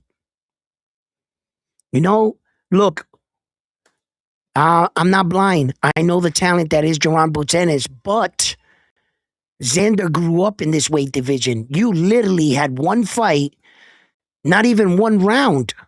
This guy barely punched you with those size gloves on. You're going to see what it's like to fight a real 154-pounder in Xander. And I'm hoping that plays a factor in this fight. I'm hoping that plays a factor. Because a lot of the skill and because Boots has a lot more fights at 35 fights. So the experience in fights and going in the ring over and over again, no matter your opponent, but just you getting in there and mixing it up. He got 35 fights. So the experience is there. So if the experience is on Jaron Booten's side, I'm hoping that the size and the comfortable fighting in that size works out for Xander. And that, this could be a case where Xander's been wanting to move up to 160, but because of the fact that he acquired these belts, he's been sticking around 154 a little bit too long. Some boxing analysts say that he should have moved up his last fight. But money keeps you around. And I think that I don't want Xander to give up too much, to be too depleted in the fight. But I don't count him out in this fight. I don't count him out. If Rolly can go in there and beat Ryan, high-flying Ryan, star status, to play spoiler to all the money he cost Devin Haney and Ryan. If Rolly can come in there and shock the world, so can Xander. He's not out of this fight by no stretch of the imagination. No stretch of the imagination. And I just think he can do good. So let's look at their age and let's look at their stats again. Let me throw this.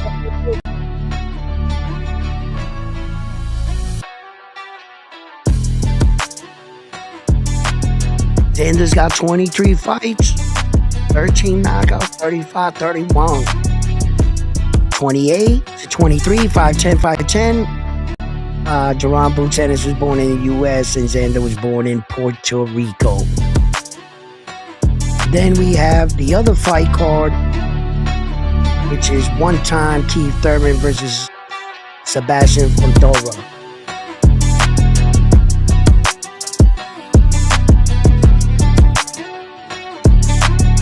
That's going to be a big fight right there, man. That is going to be a big fight right there, people. That is really going to be a big fight. Xander can't crack an egg. Oh, yeah.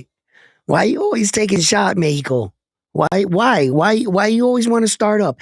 Every day you want to start up. What?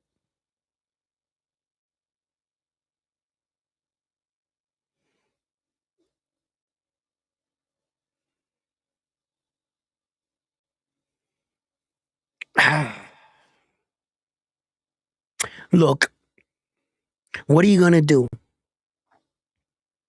What are you going to do when you clearly know that this is this is Xander's toughest fight?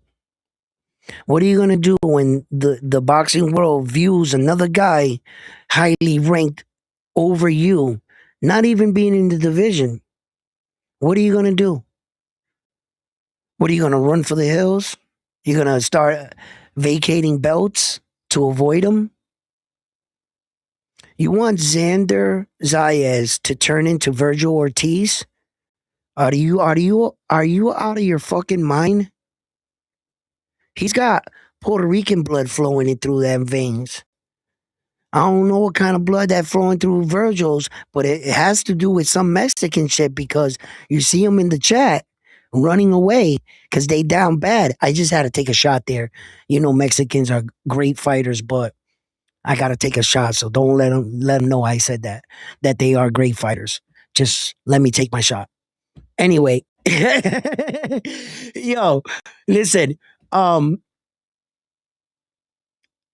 Virgil Ortiz ducked Terrence Crawford for years. He was the mandatory to his belt, never putting the pressure. Over 2 years, he was the mandatory to Terrence Crawford. Every time Terrence Crawford moved up, he moved up right behind him, and Virgil became the interim to every division he was in, but never a world champion because there was just better fighters in front of him. He didn't have the balls to fight his Terrence Crawford. But Xander, apparently, from what I'm hearing, is pushing for the Jerron Boots Ennis fight. He's going to fight his Terrence Crawford. There's the difference between Virgil and Xander. That Virgil plays stall tactics and never would challenge himself to be great. He lived in the shadow of Terrence Crawford, that Mexican dude. And to this day, he ain't never been champion. What is he, 28 years old? And he ain't never been champion. He looks like he's 35 years old, don't he? Right? So, I'm like, you got to commend Xander. His back is up against the wall. It is. It is. I recognize what the fuck is going on here, bro. I see what it is, but my money, my stock for my people in boxing, it was in Xander.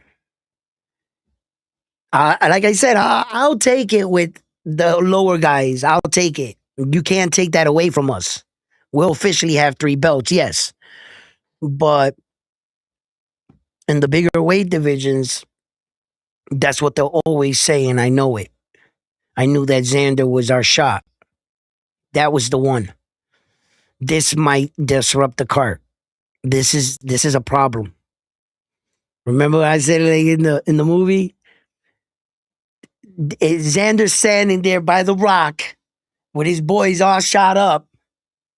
This is a problem. And Jerron Boots Ennis is coming down the hill with his gang of fucking right? This is a problem. This is a problem, but it's not a problem that it's not an obstacle that's like impossible. It's not out of the possible of the realm that Xander catches him. And as far as Xander can't crack an egg, you sound like a fan that buy into narratives. You do, without even noticing it. You sound like a fan that is copy and print. And I don't mean to call you out on it, but you definitely talk like you do if you say that Xander doesn't crack an egg. Because you sound like one of those guys that started spreading those lies about Devin Haney that he was pillow fisted. And I was trying to educate you guys and say, watch out when you hear these lines, you got to pay attention to where they came from. Tank Davis called him pillow fisted. You never fought Devin Haney. Tio called him pillow fisted. You never fought Devin Haney. Shakur Stevenson called him pillow fisted. You never fought Devin Haney. Everybody that started that smear campaign to Devin Haney, I noticed they never got in the ring with him. How would they know if he's pillow fisted? And then I'm looking at Regis Progress's face and he's bubbled the fuck up. I'm looking at Brian Norman Jr. on the floor and I'm like, how'd you get there? But he's pillow fisted. You sound like a fan that went around and they started saying Xander's pillow fisted because of his resume. And I'm telling you, Xander's resume doesn't tell his story. They were like 6 of his fights where literally the guy was holding on for dear life like this. Like he was getting his ass whooped the last 3 rounds. In some of his fights, it looked like the referee was doing his grocery list over here while the guy was getting brutalized in the Xander fight. I got eggs, cheese, what else? And this guy is getting mopped. Look, you don't believe me? Xander can't punch. Really? Xander can't punch? Oh, I got one for you. Okay. Okay. Xander can't punch? I got you. I got you. I got you, my man. We're about to look at some highlights here for Xander Zayas's highlights. And we just, for educational purposes, we're going to look over some of his fights. Now, I have not had the time, of course, to look over these highlights. I usually watch full fights because that's the best studying for me. Watching highlights never does it. You'll get fucked up reporting off highlights because they'll paint you a picture that's not. You got to really watch these fights. So let's take a look at these fights right here in particular right now. Let's go down here and we're going to switch this up. We're going to replace this and we're going to put the Xander highlights right here. Now let's take a look at his highlights. Now, once again, here's the top one right here. Let's just go to, I guess, this one. There's a lot of them, but we'll just go to the top, I guess, to play it safe. Like I said, shout out to Channel 3, Fighter Channel 3. We're going to be taking a look at his highlights right now of Xander Zayas. Now, let's see if, in fact, this would play for me. And for educational purposes, we will be taking a look at young Xander here. Oof. No power. Look. Ooh. Look. Sitting him down with jabs. Oof. Damn, the beginning of the fucking thing just answered it all. Basically. No power. You guys are smoking something. Don't let them lie to you and come back here thinking that that's true. Look at this. He can box, bro. Nice jab. He doesn't ask that guy right there if he's pillow fisted. Bam. Look at this. He made him curl away. Look at the defense. It's tight. This is when he shaved the braids off. This is a younger, more mature Xander right here. He still got the indent in the back of his head. A lot of people thought that was a scar. No, that line you see in the back of his head, that was caused by years. Continue. No power. Look at. He brutalized that man. Let's go to the next guy. Oh, staggered him. Did you see that? Look at Xander. He's mad young here. Let's speed shit up. Let's go to another fight because he's been pushing. This guy hits the floor all the time. Fuck off me. Look at that. Boop, boop. Ooh, nice setup combination. Did you see that check hook? Damn, that jab is strong. Ooh. Mm-mm-mm. Mm-mm-mm. Xander done beat up upon all the Mexicans, man. That's one thing for sure. They couldn't get one of the Mexicans to do it. Ooh, he piecing them up. Mexico down bad. Mm-mm-mm. Look at that Puerto Rican stallion. Mm-mm-mm. Damn, jab's nice. Woo! He can work. He can work. He started turning it up on your ass. Mm-mm-mm. That shit look like it hurts. Look at this guy's face. Leaking. Leaking. Look at this. Hey, you want some? You want some more? Let's go. Look at the brutality. This man brings you blood, no power. Who told you these lies? Who told you this lie? Who told you this?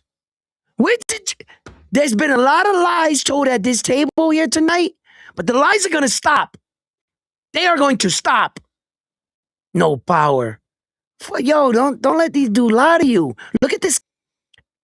Oh, this is when he was young. He was brutal. Oh my God. No power. This guy is crazy, bro. Here, let's get into some other interesting fights. And listen, if you don't get out of here with your coney ass statement, no power. You crazy. You know, denial is not just a river in Egypt. Look at this. Look at this. Look. He took the fight right out of that man. Look. These guys are fighting on fumes. You're lucky he's fighting these kind of fighters, right? These guys are fighting like there's no tomorrow for them. No power. You must be. Yeah, I know.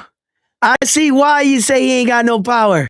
Can he keep beating on you guys? Yo, shots fired. Y'all want to take shots at me? Shots going back. But this one might be loaded. I got like the rubber bullets in this one. I'll fuck around and shoot my screen. Damn. Oh, damn. Oh my God, he's punching this dude all around the ring. Shit. He beating the brakes off this man. You can lie to yourself all you want. You can keep typing, no power. You can lie to yourself whenever you want to, man. This doesn't look like a pillow-fisted fighter. There's no version or evidence that shows me pillow-fisted. Bro, your boy Jerron Boots Ennis, he might get his ass whooped, bro. He just might get his ass whooped. I hope Xander fucking, for the fucking shystiness and that they put this all on this 23-year-old kid. I hope the boxing gods fucking, all the fucking Puerto Rican fighters fucking spirits just flow into his body that night. No homo. And fucking, he just goes out there and beats the shit out this dude, bro. Cause man, I want him to do it. I want him to do it, man. I'm serious. He's got power. He's got plenty of power, bro. Plenty of power, plenty of speed, plenty of tour. Like, this guy's delusional. You're delusional, bro. No power. You've been led astray. That's why Brian Norman Jr. and Brian Norman Sr. got a rude awakening against Devin. They actually believe that pillow fist is shit. Yo, walk through his punches, son. He can't hurt you. Pow, on the ground. because you guys were dumb enough to buy into that no power shit. No, Devin Haney's a puncher. Don't you know that when you go up in competition, your knockouts should drop? They should drop. But the 1% or the elite fighters, they continue getting knockouts. But when you go up, you're not supposed to knock out everybody because everybody's on that level with you. You're supposed to be struggling in fights, having real wars, right? And they go, oh, and Devin Haney is pillow fisted. I told you, I got receipts. I even had Devin Haney in the fight. And I won by my prediction. I called Devin Haney unanimous decision to win the Notre Dame world title on that night. Right? I told you he was going to win by a unanimous decision. Set Brian Norman Jr. down. He tried to walk through Devin's power. Devin said, bro, you believe that shit? That I'm pillow this. Yo, he sent him back to his corner with blood all over his face. Devin didn't have the killer instinct to beat him up or to go in there and attack, but that was on him. But he did demonstrate punching power. Veracity, intensity, aggression, and a killer instinct. Maybe Devin lacks a couple of those things, but punching power? Nah, he displayed it. He doesn't have one hand knockout power, Devin. Like, he didn't keep Brian Norman Jr. down. That's the only thing. But he put him down, fair and square. A 1-2, boom, boom, down. That was clean work. How could you say Devin don't have power? That was as clean as you get of a demonstration of power to a young 23-year-old kid. You're at the strongest. That's punching power. Don't be a fool. Frontline. Now, when did pick Haney, I was the one that picked Brian Norman Jr. Yes, I did. Yo, you haven't been here all day. I've been getting jumped in the chat. I'm trying to do my show. And in the Mexicans have been running rampant in the chat. Frontline. Where have you been? Oh my God. Now you show up to work. Oh my God. Like, what's going on, Frontline? Why can't you be here? You know what I'm saying? Boxing Unwrapped. You didn't pick Haney, you clown? What? Why would you say that? Why would you do that? Why would you be so foolish than to do that? Then on top of it, right? On top of it, right? Check it out.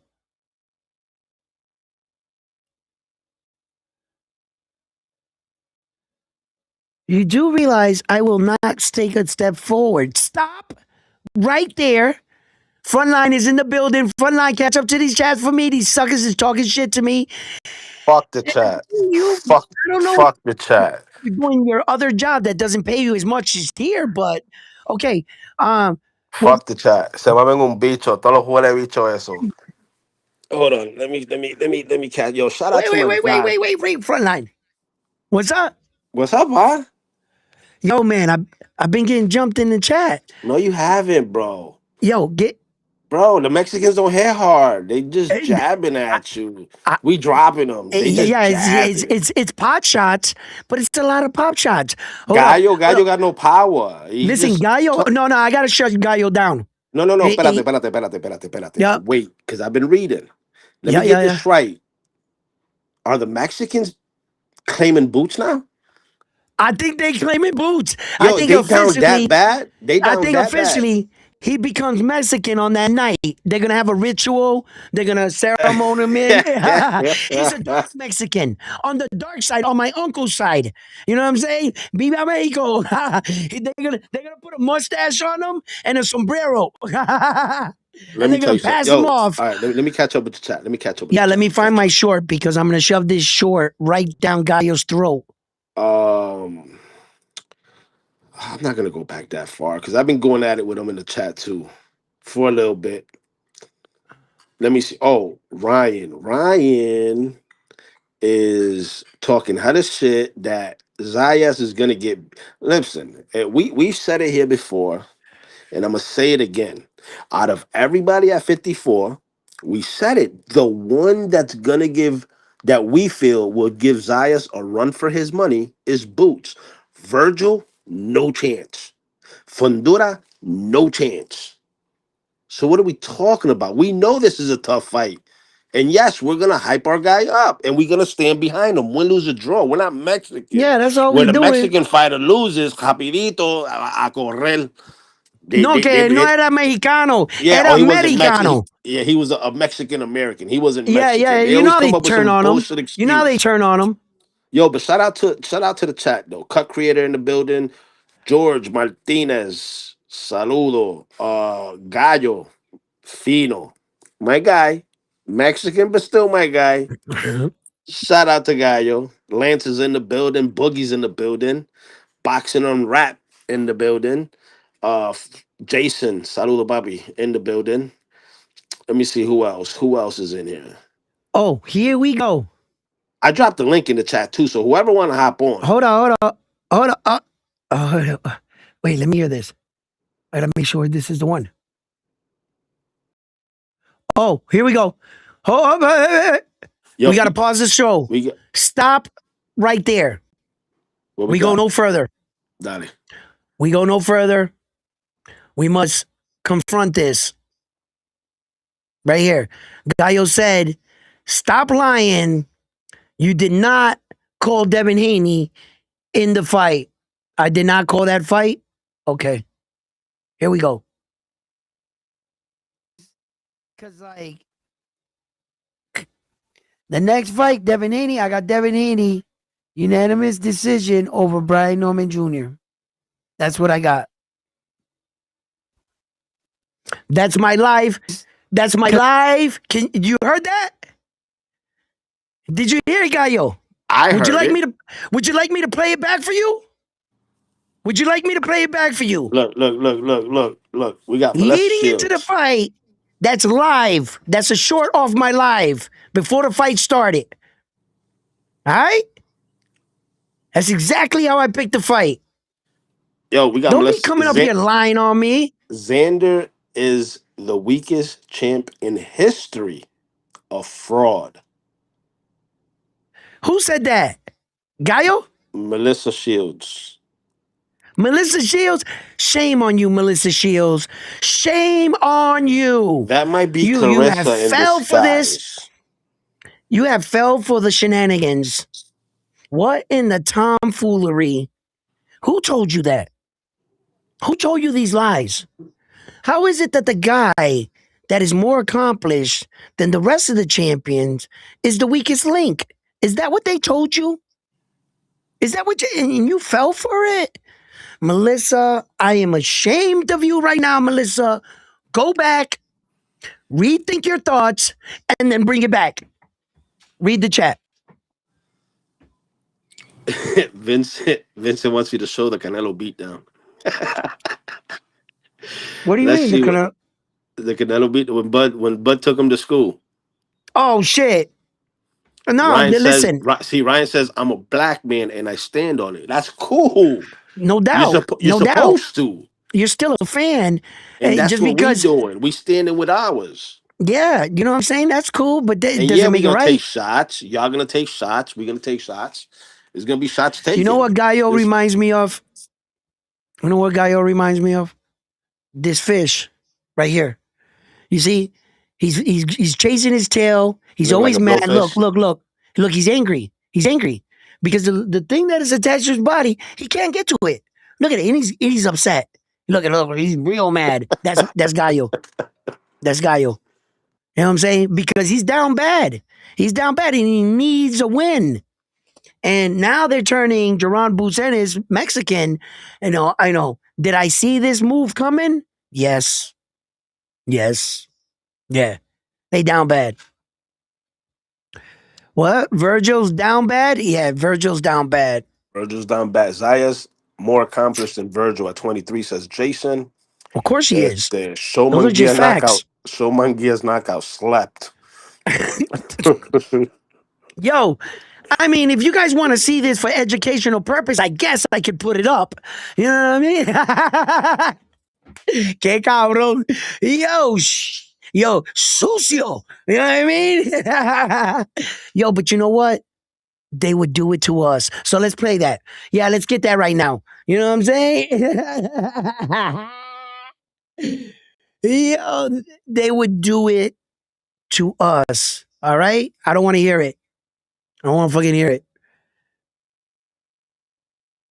Oh, where's the. Let's get this video up. Yo, what's up with the dead air? The dead air. What's going on? Are you doing your job here? What's going on? Nah, I just got home from work. I'm eating and I hopped on because I didn't want to leave you alone. You know, you Yeah, you getting know what I'm jumped and saying? shit. So I had to put some brakes on some people. Yo, man, they're taking shots.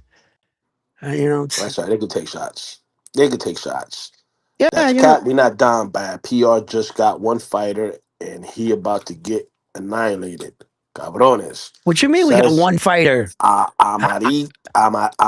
Maricon Ruiz. That's his How the, name. how the fuck is that we only got one fighter? We got three unified champions right now. Mm-hmm. Three. We got three unified champions. How we only got one fighter? I don't get it. Gallo, she's 0-3 against Kelly. That's fine. Yeah. She's still undisputed at an overweight Yeah, but that's class. the women's. And that's Yo, women's. fall Y'all don't back. even have a woman. Fall back and bump your head. I know, right? Like, shut up, dude. The women's division. Did you really bring up the women's? Shut up, man. Get out of here, bro. Huh. Kick rocks. Yo, at 105, we got Oscar Collazo, unified. At 108, we got Rene El Chulo Chulo Santiago Santiago. with a he's unified too. Yeah. What else we got? Let me see. We'll And then move you up got to Xander. And then you we got got Xander, man. 54. We got Xander Zayas. We got Yeah, but three. Xander was in the glamour of the weight divisions. And that's where I wanted the belts.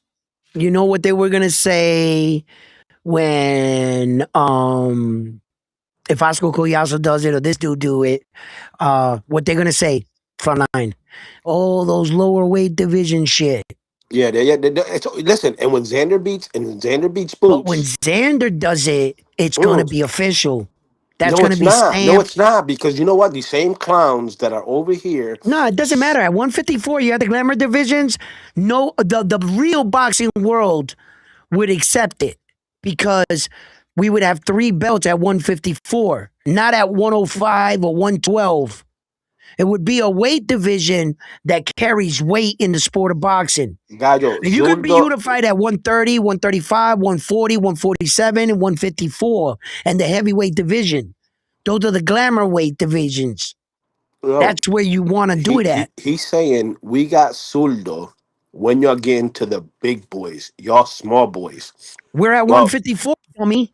we got 154. We got Najee Lopez Here's your big boy. Here's your big boy. Let's see how it worked out for him.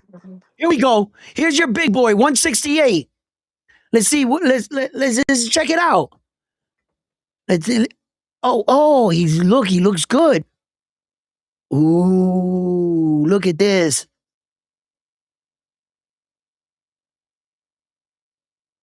Clipped him. Damn. He goes down. But and then, the fight. You know what they say, right? Just because you scored a touchdown doesn't mean you won the game. You got to continue to win the game. And Munguia's looking good, bro. This Bruno guy, he looks a little rough, tough. I wonder what happens in this fight. Look at Jaime sticking that jab out, hitting a lot of glove. Oh, look at Jaime faked himself. Oh, what happened to Jaime? what happened there? Why is Jaime on the floor? Look at the guy in the white hat. He put his hand on his head. Look at Jaime. Ask Jaime Munguia if he knows what the lights look like on the ceiling. What color are No, they? He was familiar with them. It's funny that Look at him. look. Look, they stopped it early. They Sequenda stopped it says early. Mexicans beat Puerto Rico all day, every day. What happened Really? to what When's the happened to last time Taino? they did that? No, wait. What happened to Taínos versus Aztecas? What We happened that swept day? them Sweep. 5-0. We swept them. What are we talking about? I don't know. I have no idea what. D.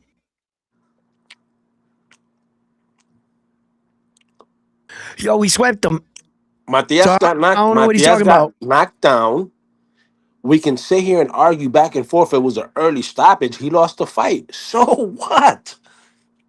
So Well, what? early stoppage. They're still checking him in the corner right now, and I'm watching the highlight. Early No, no, stop. no, They no, saved no. that man's life. We can, Yo, no. Hey, Will, what yo, up? hey, yo. You want to say we down No, bad? Mr. I Miyagi's in got the building. one name for you. Canelo Alvarez. Does he still have his belt? Y'all down bad. Y'all down bad. I want to hear it. I want to hear it. I don't want to hear it. Y'all down bad. Look at this guy. Look at this guy. You look at this shit right here. Would you look at this? Hey, yo, Boogie. Es que Boogie lo quiere asesinar. That's it. He wants to kill him. That's it. Look. But Bamlanga's still sleeping. Look, he's back in the gym. He's getting ready to fight again. Yeah, he's still What's the sleeping problem? next to Jaime Munguia. Yeah. He's sleeping next to Jaime. Hey, yo, you want to know something, though?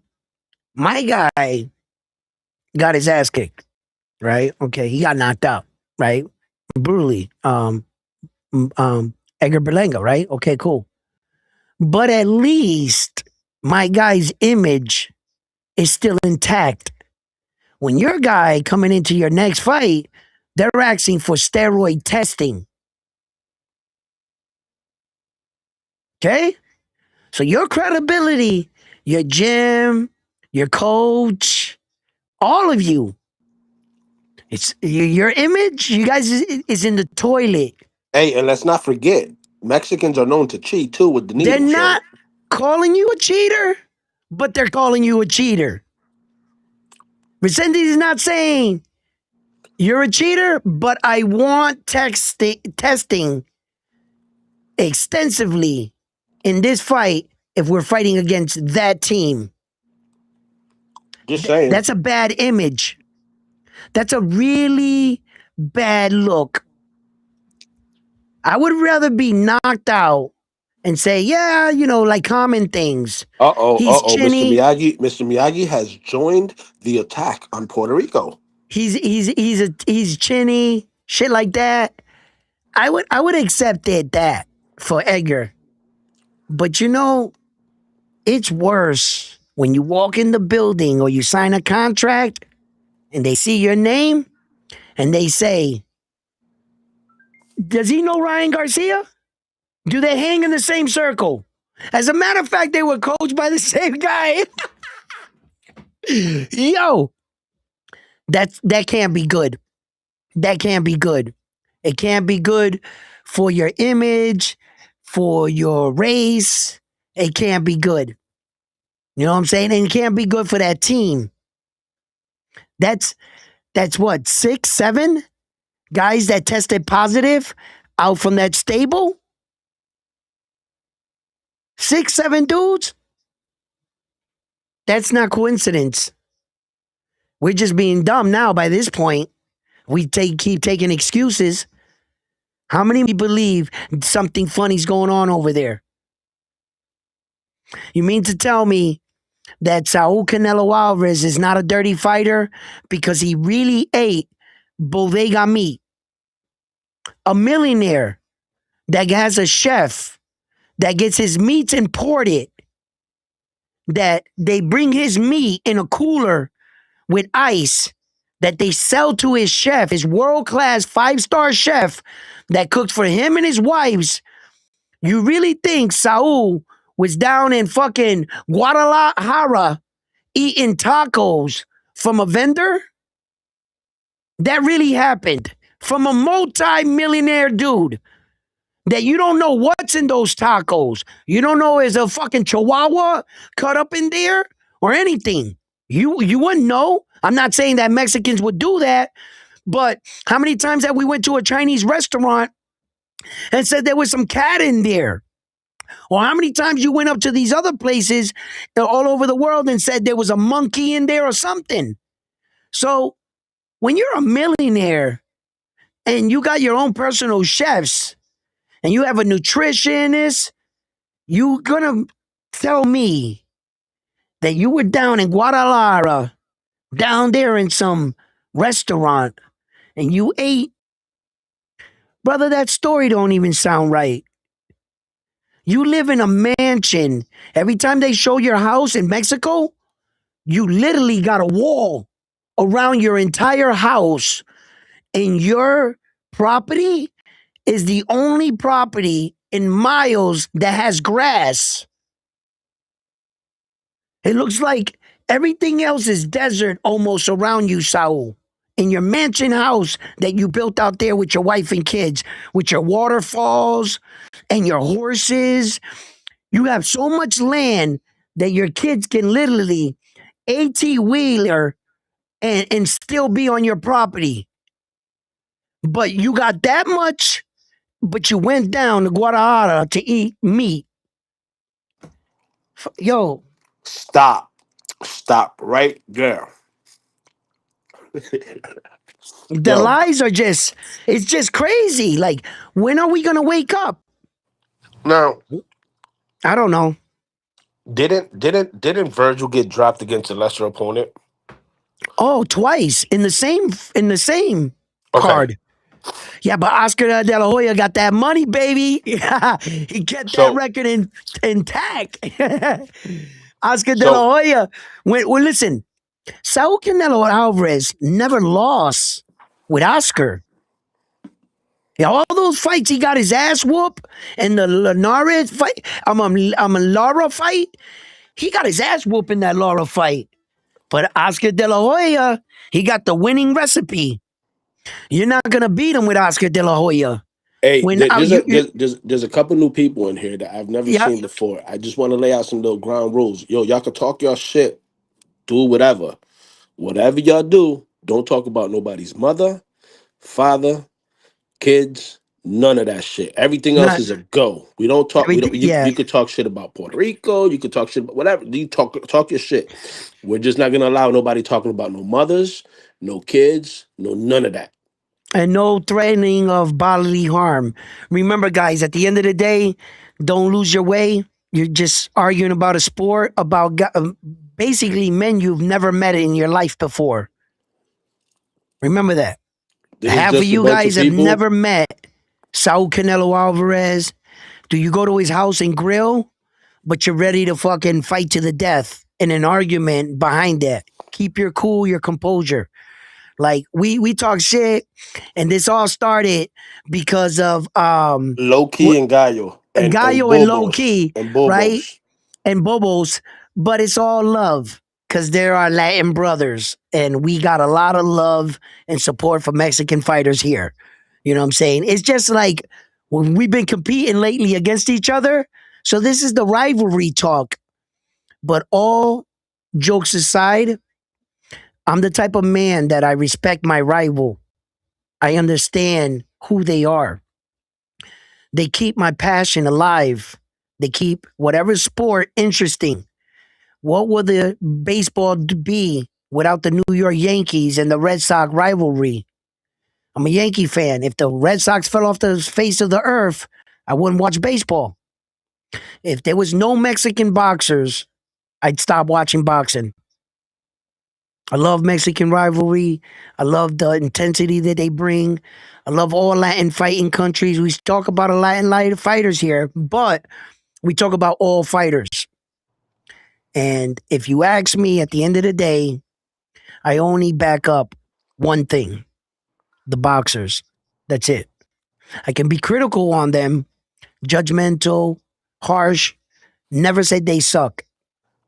I can say that this guy's lax in this area, that area, but I never ever actually said anyone sucks or that he's trash. No. We make fun about each other. Yeah, we take shots. Nothing personal. I can joke about a Mexican fighter. I'm Latino. I'm Puerto Rican. I can do that. They can joke about Puerto Rican fighters with me. They are Latino. You know what I'm saying? I don't take that personal like that. But there are times that we are going to have to draw sides. And this is one of them, Jack. We're going to have to take a side here, bro. Hey, We got to go outside I didn't because, say that for a spiel, but like I said, there's a lot of new people. Just in case they didn't disrespect in that sense, but I'm no, just they putting it didn't. out there because you will Yeah, get yeah. Just in case you he get gets tossed there, out for a day. that's his job. I Um, say front line all the time. If you see something stirring up, you need to say something. You know what I'm saying? Before it gets there I to just the don't new want it people. exactly. I don't want it to get there because people, they start getting Right. their Before it feelings, gets getting their there. emotions and Right. shit like that, and Right. start But we're tossing just them laying out the butters. ground rules That's it. because we here, you got your debating channels and everybody's always arguing. You got those kind of channels. When you come in here, you might take me for one of those channels and you would be wrong. I'm No, not no, no, one no, of no, those no, Ryan. channels. No, you don't have to pick a side. You could talk your No, shit. We no, ain't you telling don't you not gotta to pick a talk your side, shit. dog. What? Well, you can You talk your laugh because shit. I said pick a side. No, I'm saying pick a side in the draw Busanis. You know what I'm saying? Xander fight because we gotta pick a side, baby. Now he said this is boxing. It's Stop the that attack soft right talk. now. No, You know? listen, yo, pop your shit. We're gonna pop our shit. It's Yeah, man, just, it's all you know what I'm fun. saying? What? Why do you think we watch boxing for? To cheer and talk shit for our favorite fighters. So you're in the right place. You're in the right place. Sir Well, Biz shit is in talking the 101, building. my guy's gonna fuck your guy up. He's gonna knock your guy out. That's all good. That's shit talking 101. That goes down here all the time. But at the same Hey, time, hey Biz, we don't gotta hey, disrespect each other. hey Biz, don't tell me you lost your channel because of that Nonito fight. Oh, what, I, I, what, I do you, think they struck his channel down. what do you mean? What are you talking about? Are you being for real? No, I'm being dead ass because I was on there when Nonito was fighting up in Japan. I was on his channel. But And was he broadcasting the fight? yeah, but it was super small. You couldn't even see it. Oh, now they're gonna take your channel down for that. And then out of nowhere, just whap, got No, clipped. but he might get like on a 24-hour thing, or they'll clip that and he'll be Nah, he back just on. came in here. He's like, I lost my first channel. He's in He the chat right did? now. Where is he? Oh shit, he said 3 strikes already. Ah, Biz, man. I learned that the hard way. You can't allow the fans to talk you into that. Like you wanna help them see the fights. And I get it. Not everybody out there might have access and they might have to go one place or they got you. And it's tough because you want to show these fights and you want to do these things. Like I want to watch highlights and I want to do film study, but they always fucking flagging me. So what I stopped doing is monitorizing. As long Ho- as you ho- don't ho- hold up. monitorize, Hold up, Mr. Miyagi. Oh, he's calling me out right now. what's Hold up, up. Mr. Miyagi? What are you Oh, doing? And you oh, already said he's nah. taking the other Yeah, he's taking a side. shot. But wait. I gotta go back because now he's saying that I'm Go scared to read ahead, this go ahead, chat. So go I'm back. reading this. Go ahead, go, Don't get go. scared. Killer King Kelly already took Excalibur and slayed the boogeyman at 54. Xander going to kneel in shock against King Kelly and his judges. Laughing emoji. Let me see what else he wrote because he's saying that I'm scared to read his shit. Let's see. The PR Prince going to take a knee in the presence of King Kelly. Okay. Give me 1 second. Let me copy this link and post it in the chat. We gotta talk to Mr. Miyagi. Ah, we gotta talk to Mr. Miyagi here. And you drop the Yep, yep. Okay, hold up. I'm gonna drop it right now. link All because right, if bye. I get off, Yeah, I it'll was on boot the me. phone. Oh, Mr. Miyagi. I don't know, Missy Miyagi. You know, he took the other side now. Look at Boogie. Look at Boogie. Look at Boogie. Look at Boogie. What are you doing? What are Look. you doing? He just got transfers to shipping and receiving because there's no action back there, Yeah. and he can show up basically whenever he wants. Because Oh, we now don't he's messing we up. we don't expect deliveries. We don't ship Boogie, nothing out. what in the So darn we put tooting him is back going there para on que se back quede there? tranquilito, calladito, Get solo. your ass back to work. Who He said frontline needs to be fired ASAP. said that? Boogie? Boogie. He just wants your job.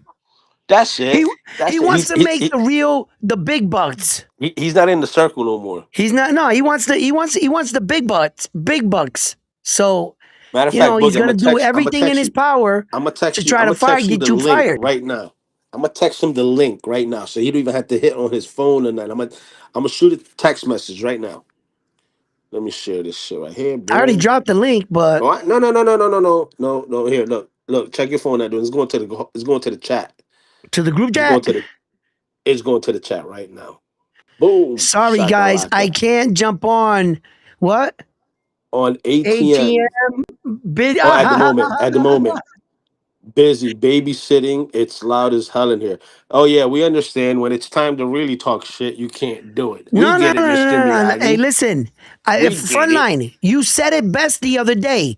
The duck flu is going around. Oh yeah. And it pops up every now People are and then, catching it everywhere. everywhere. Hey, Mister Miyagi, did you just catch the duck He flu? just caught a Like, case of the duck flu. just caught He it. got Ju- duckitis.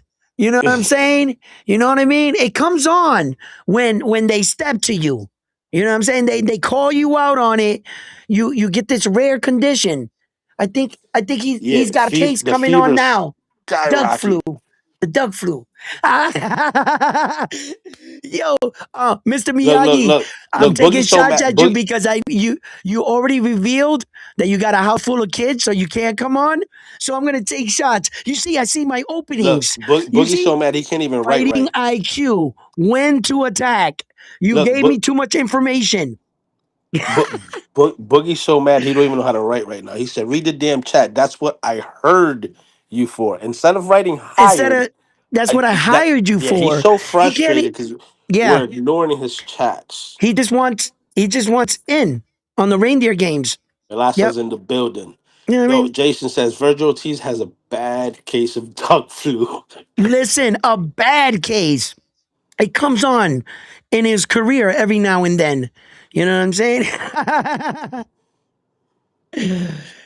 All right, Miyagi just got back from what? What's that say? Lance wants to know how Woman? much for the new guy. What new guy? There's a new guy? Yo, hey, write it on paper, Edmund. Write down on the paper how much you pay and make it big. Make a big. How Oh, much I pay yeah, for make it his big though. salary? Listen, No. For a new guy.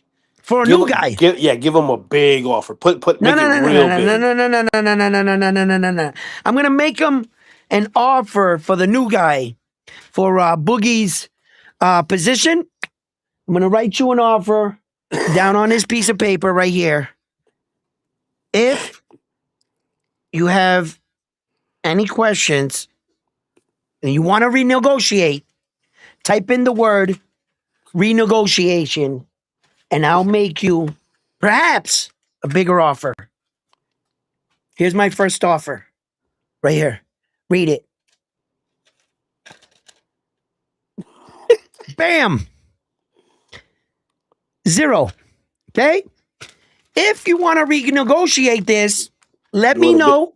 if you want a bigger offer, He might want a bigger offer, doesn't he? I hold on. Let me make sure they didn't write renegotiate. Don't let Fundora get knocked out by Thurman. Shade will get slung after. Yeah, it will. Nobody's writing renegotiation. I think somebody accepted the offer. I'm ready to write him a bigger offer. This is just in case you want to take the renegotiation. Here's a bigger offer. A bigger 0. A bigger offer. That is a way bigger offer than the first offer. See, the first offer was kind of small. This one's a lot bigger. I suggest you take the offer. Okay? And as far Oh shit. as Boogie's offer, I wrote Boogie's offer down on paper a long time ago. Boogie,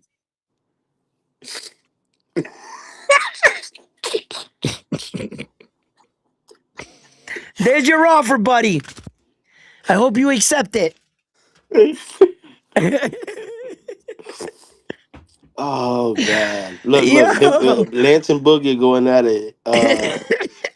Boogie says Lance can't even tie my shoes. And Lance says Boogie has Velcro shoes. Velcro sheet. And No one Boogie they can't tie them. They Velcro. Jesus. Who Yo, buys this those? chat ain't shit. If Fundora gets slept again, that will be diabolical. You can't eat pork, brother. Boogie. Big O. Gotcha again. It's looked like a guitar. Kelly and the judges of the round table are coming, says Mr. Miyagi. A turkey ham Kelly and sandwich the is the they done knighted, Sir Knighted Kelly, huh? oh yeah. Yo, But see, here's the problem. he done fell and bumped his head. Hey, by the way, because it's a up and coming fight, and we got Biz in here. He can Yeah. relate to this.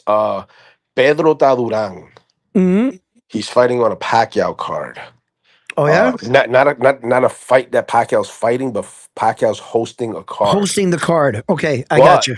I think if it's his last or second to last opponent after almost a year, just his last either his last fight or the fight before that, he put the fighter in a coma, and the fighter just got out of the coma.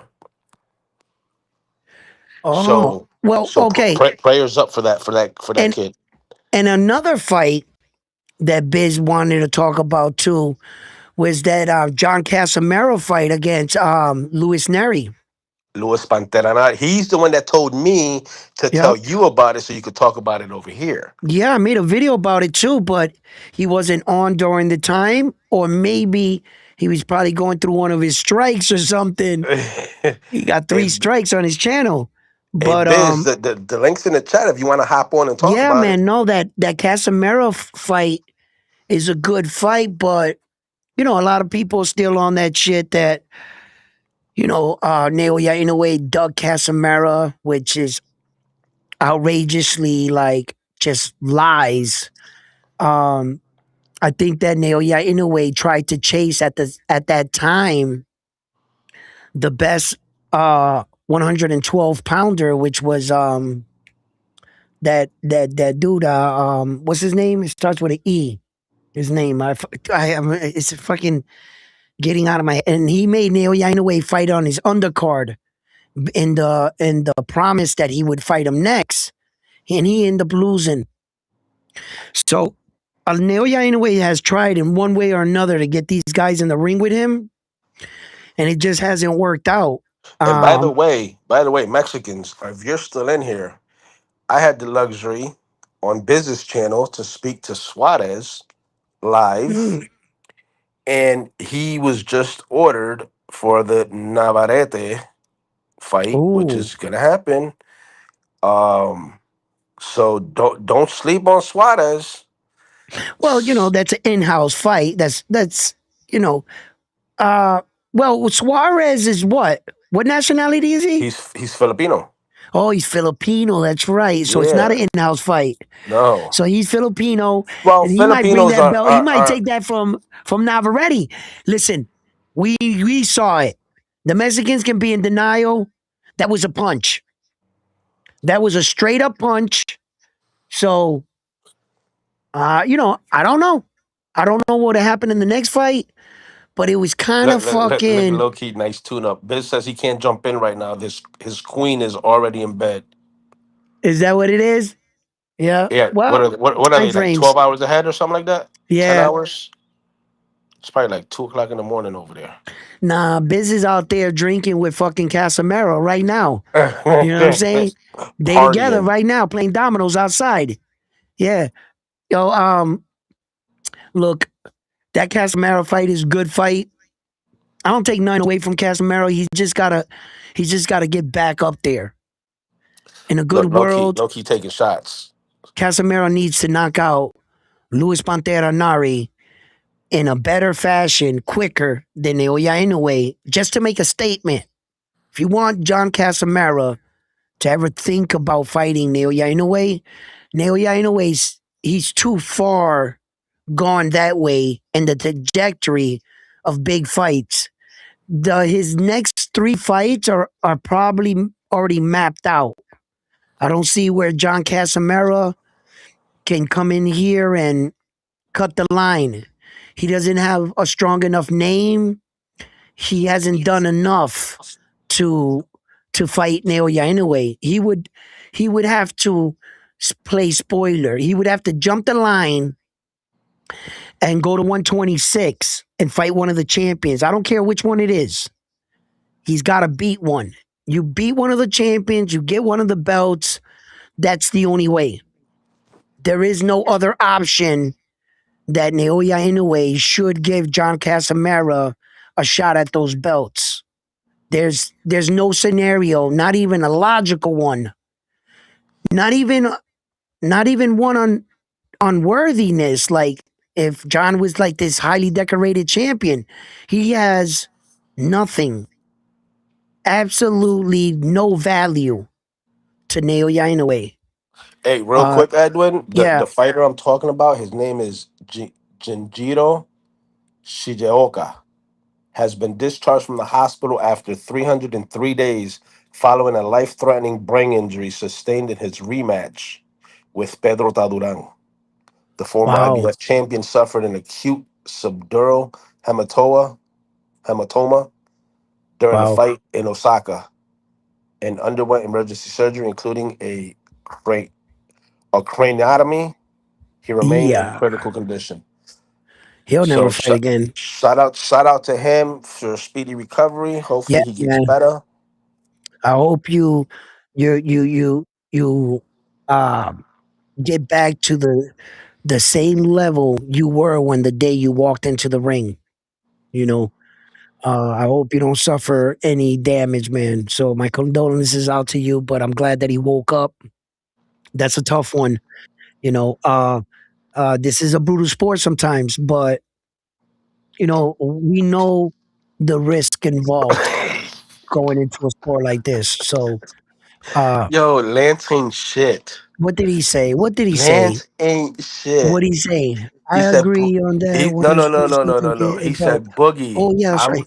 I'm gonna bring you a spam tamale wrapped in a paper towel from a dirty old book bag and half a drink Snapple with the message rubbed off the cap.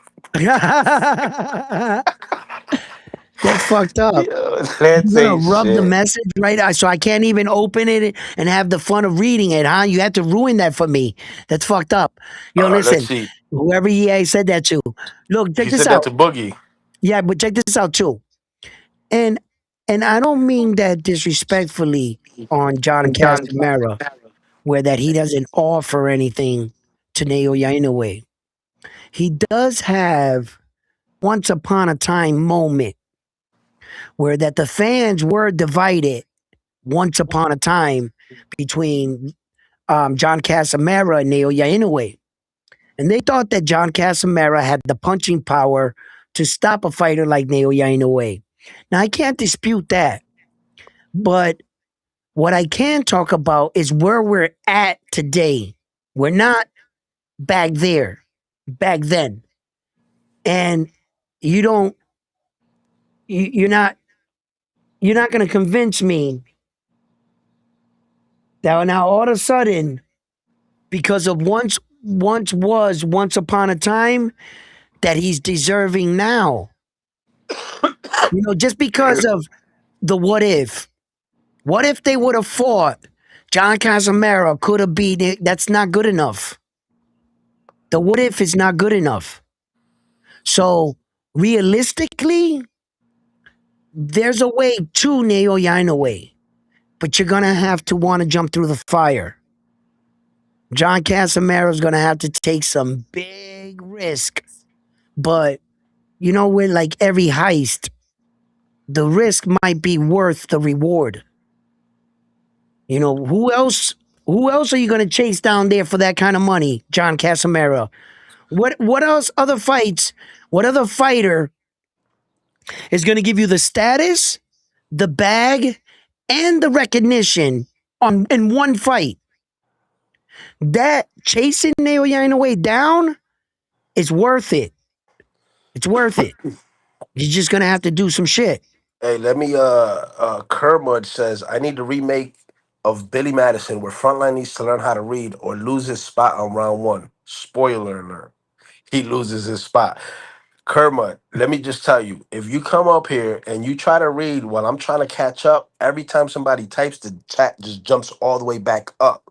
So then I gotta pause to get back to it to read it. That's where you get the pauses and shit like that. And then Boogie mad because he says, notice how it's our own who hate. He not even reading my chat. Nasty energy. Yo, Um, listen, like we have to like cater to Boogie and make sure we he read Boogie's chats. he shows Listen, up you once a month. part-time He shows up subscriber. once. He You shows come up in once every a seventh month. episode and demand us to read your chat.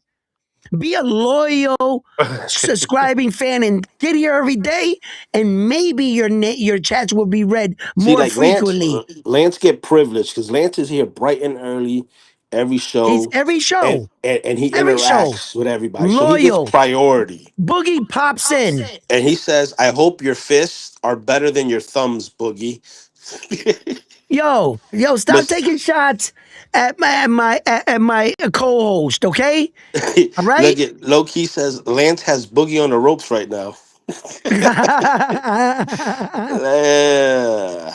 Hey, yo, Boogie, you should have been bobbing and weaving instead of weaving and bobbing. You're getting caught right now. Mr. I'm Miyagi about to throw says, in the towel.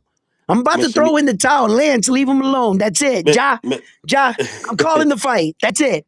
Boogie, you got Miss- scraped. Mr. You got Miyagi says scraped. You Casemiro got fought half of a fucking Snapple with the thing.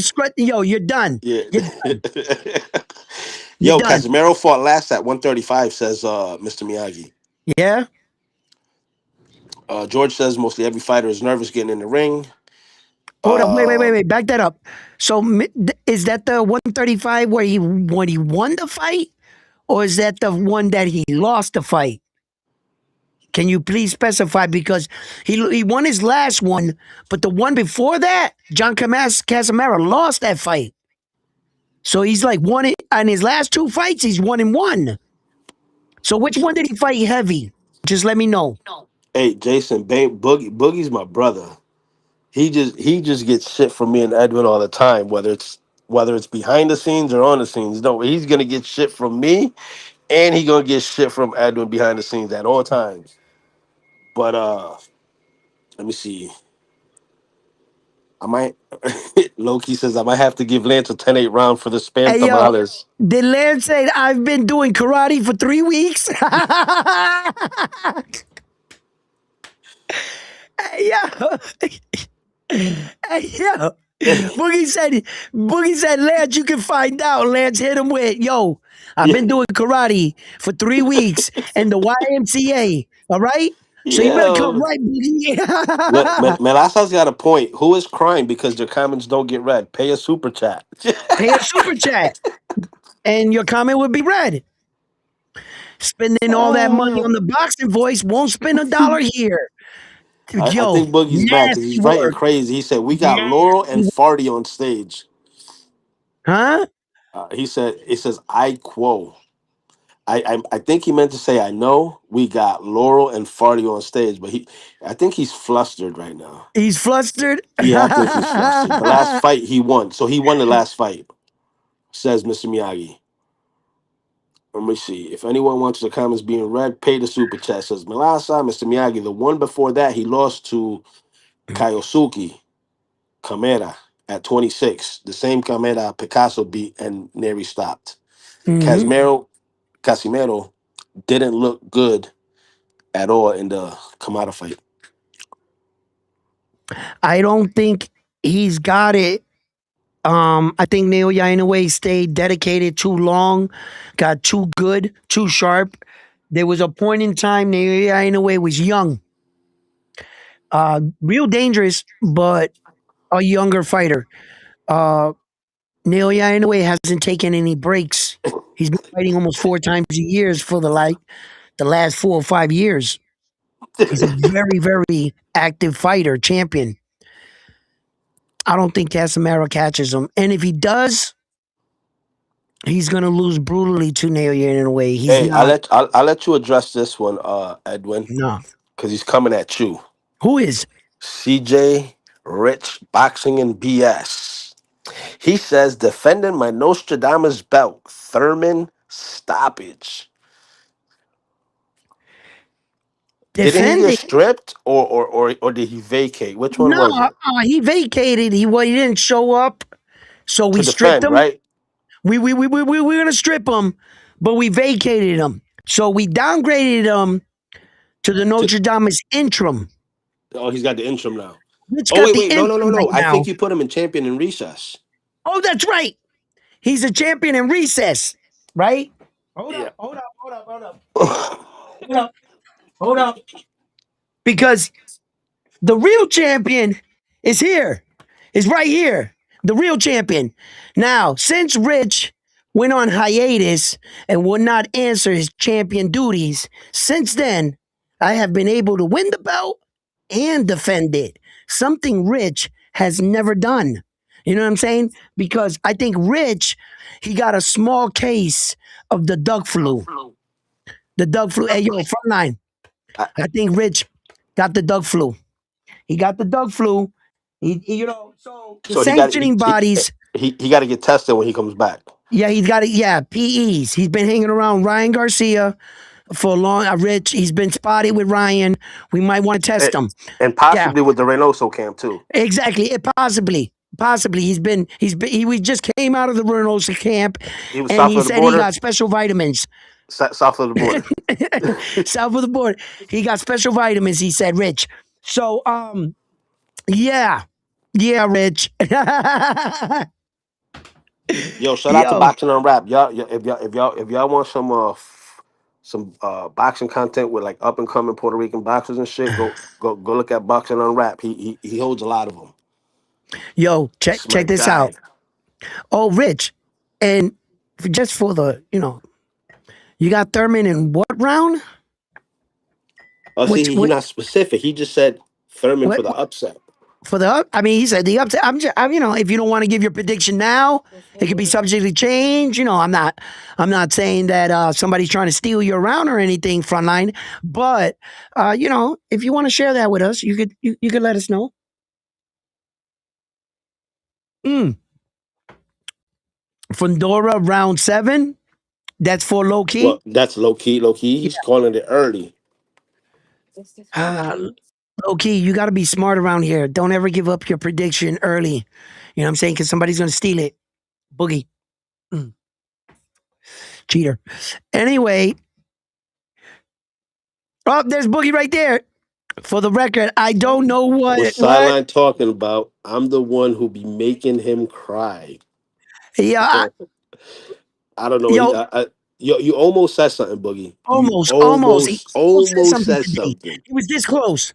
He almost said something, but once Eighth round again, stoppage. Said the shit. same on Marcos. CJ got eighth round stoppage. Now, CJ, let's clarify. This is for Thurman. You got eighth round Of stoppage course. for Thurman. Yeah, that's what he's All saying. right. Hmm. Mela, you can get some too, says Boogie. Diablo, hasta Melazo se está llevando fuletazo ahí. Diablo. Rafagazos. Frontline's going at everybody, huh? No, not Boogie is. Boogie married. I He's mean, I on mean, a I mean, Boogie. rampage. Sorry. Boogie's going at everybody, huh? Boogie's surrounded right now. You know Yo, what I'm I saying? think Lance got him dizzy with the 10-8 round. Hey, yo, He's yeah, trying to yeah. recover. He's His trying to brain is recover right rocking now. right now. Yeah. Hey, he's so dizzy that he attacked his own boy. Malasa, que tú quieres también? He walked away from Lance because he's getting his ass whooped. So he started fighting with Malasa. Yo, yo, Boogie, stop trying to fight Malasa. The fight's right here. He's getting tough with Malasa in the crowd because the dude's whooping his ass. Oh man, this is terrible. This is terrible. This is terrible. Hey, yo, Rich, I considered you a very worthy opponent, very smart, you know, boxing enthusiast. But this eighth round, Keith Thurman, have you been drinking today?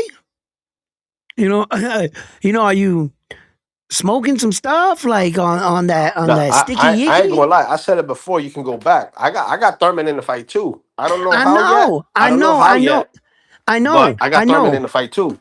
I know. And since, he might be new around here, we all know this.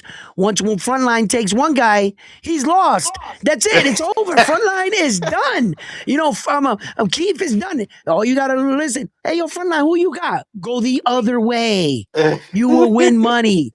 You will win. So now, That's how Rich, Boogie was so Frontline, successful all for a while. you guys are going down. You know what I mean? That's how Boogie was successful for a while. Listen, well, What? Boogie went to New York and won with Sabretso. And then he went to New York and lost with Sabretso. Wait a minute. See, what happened was I didn't go with him. I'm the good luck charm. That's what it is.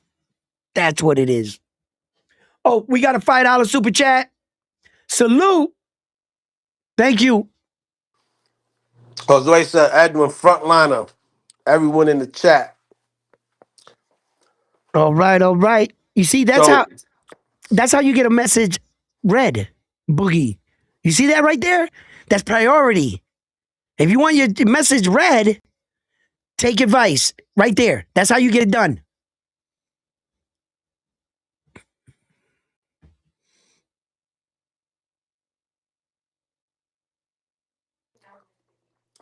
Boogie said we're always taking shots at the big Don't dog. read that shit. Don't read that shit. That's not a super chat. Don't no. No, No, no. Nah. We're good. You know what I'm saying? Hey yo, why don't you do me a favor? Why don't you read Malassa's? I'm gonna put oh no, Malassa's he up just said here. let el super chop. Lee el super chat. Okay, y lo leemos.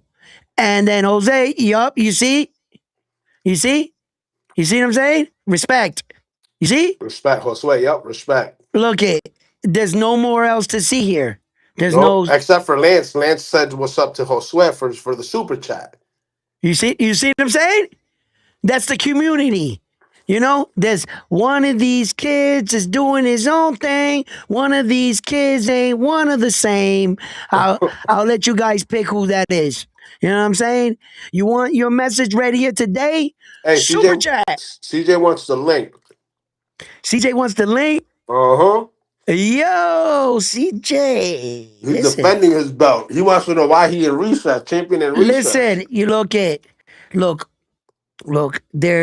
There's complications. There were things that were, put out, the small things. But what you really need to focus on, CJ, is that I'm the new champion. You know what I'm saying? Yo, shout That's out to that's all you Ryan. gotta. That's what you really gotta focus on, right? That I'm the world champion, and you're the champion in recess. You know what I mean? That's all you gotta know. That's all you gotta know. You know what I mean? Because everything else Wait a is second just though. small talk. I'm Well, just if thinking you want to about this, be the Edwin. man, you got to beat the man. Whoa! Whoa! If you want to be the man, you got to beat the man to become the man. You know how it is. Whoa! You know how it go. Ric Flair style, baby. Okay? Where's Rich at? I dropped the link 30 Hey hours yo, ago, and he still ain't showed up. I got a question, Edwin. What? When you was getting jumped by the Mexican, wasn't Boogie in there? Yeah, he was jumping me too. Oh, he was You know what I'm helping them saying? while you was. He was helping them. Oh shit. Richardson showed up 4 days late. You know, yo, Rich, we had the conversation, the topic, but you weren't here. We moved on. So how you doing, buddy? Hey champ, I'm gonna do it like Hulk Hogan. Let me tell you something, brother. I don't know what fight Oh, I missed. I don't know what fight I missed, but you know the my Devin Haney, predictions were Brian Norman 100% Jr. accurate. Okay, okay. Yeah. Um, well, I'm back. I'm back for it either way, man. Call me the champion recess. Call me the interim.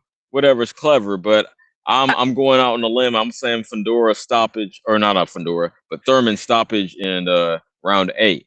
So I'm putting that on Mm, wax, mm. putting it out Well, there for well, y'all. I said the same thing on Marco's channel, and I'm yeah, defending it, yeah. man.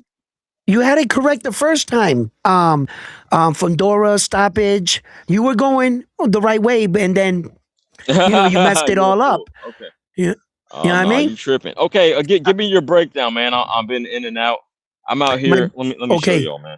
The quickest way I I'm can outside, break it man. I've down. been I've been running. I'm just on a break, That's but what's up. yeah. So I've been in and out of the stream. What's up? What you got? Um, my breakdown is this. One time Keith Thurman doesn't have enough fight from 2019 to 2026. In 6 years, he only fought twice. Besides the Brock Jarvis knockout, he ain't had a not his last knockout was 2015. That's almost 10 years ago. And taking into account that Sebastian is active, and I saw him make Tim Tszyu quit on the stool. Even though I like Keith Thurman as a fighter, I just don't think he has enough activity. And at this level in the game, I think that Sebastian Fundora is a problem because of his attributes. I think that he's going to break down Keith Thurman. He's going to stop him late. Okay, I respect that. I mean, you're a good boxing mind, but I'm a counter with this. Mm-hmm. I see at this age, I see Thurman's inactivity as an advantage because everyone was saying he was injury played, right? So we can't have it both ways. If he Mm-hmm. was like fighting every year and still having these injuries, you would say, damn, he needs to chill out. But now Mm-hmm. that he's taken the time to recuperate and get his shit right, I think that would benefit him. And Oh, again, yeah. you don't need to be as active when you have all the experience he has, man. I mean, in a better what I want to say era, a better era of welterweights. Yeah, he was definitely coming through the grind, man. So he had great Mm-hmm. competition. Yeah, you know what I mean, he didn't always win, but man, he's a soldier, and the criteria for me was not winning every fight. It's like how do you perform? Like barely Yeah. lost to Pacquiao. I know he got sat on his cheeks, but no tutti frutti. But no, Right. that was still a good fight. Even after that, he got dropped early. He came back. He kept fighting. He kept thugging it out. He adjusted. So man, I see Thurman, and maybe as an older man, I'm about to be 42 on Easter. Maybe I want Mm-hmm. to see the old man just pull it out, but no, but for real, intellectually, I do see Thurman. Because okay, I'll say this: Mm-hmm. Fundora said at the end of his jab, use his attributes, his physical attributes, exactly one time, and now we're just going to assume that that's going to be the case going forward. I don't see that necessarily. Like I'm looking at the body of work. That's too small a sample size for me to just say, oh, okay, now he learned how to use his jab. Hey, Thurman is very experienced. Maybe he won't Mm-hmm. let him use that. I mean, we've seen dudes like Tyson, a lot of shorter guys get inside and utilize their jab to offset a taller, lengthier fighter. So that's where I'm at with it, and that's why I'm going Mm. out and saying Thurman by Rich, stoppage. you know, um, you know, training for a guy like Sebastian Fundora is a real puzzle. It's a real conundrum because who are you flying in to mimic Sebastian Fundora? What fighters are you coming that can emulate that? So I think with just, not so many fights in 6 years and the challenge that is Sebastian Fundora, that puzzle, he's going to be experiencing things in that ring that he's going to have to come up to the solution to the problem in the moment.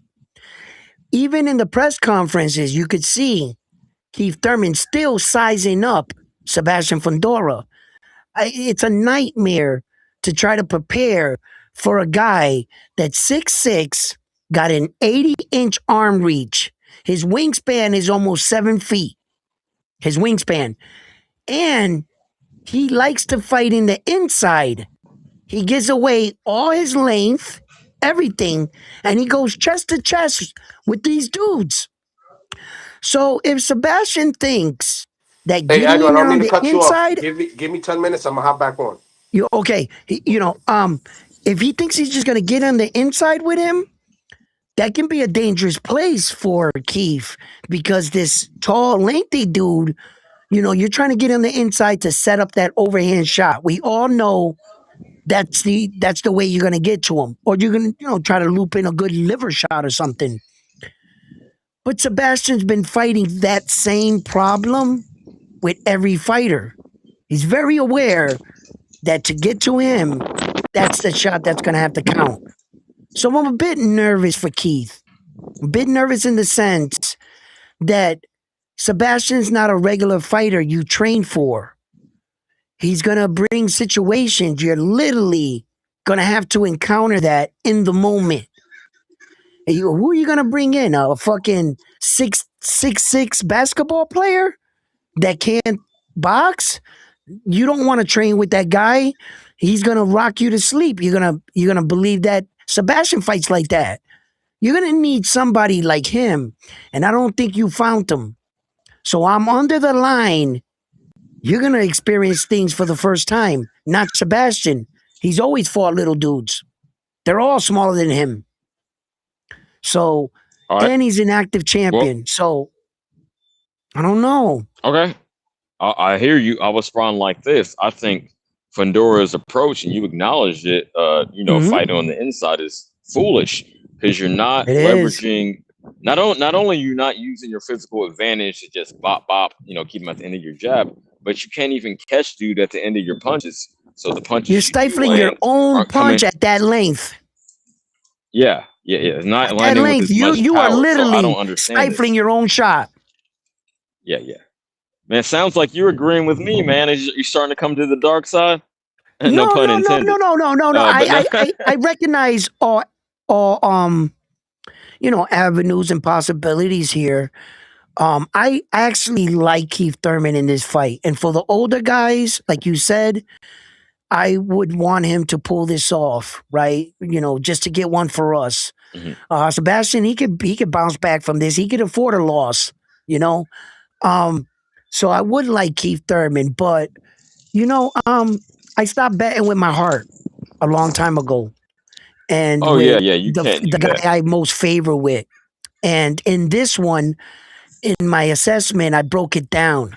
This fight, I'm merely picking on what boxing taught me through my life.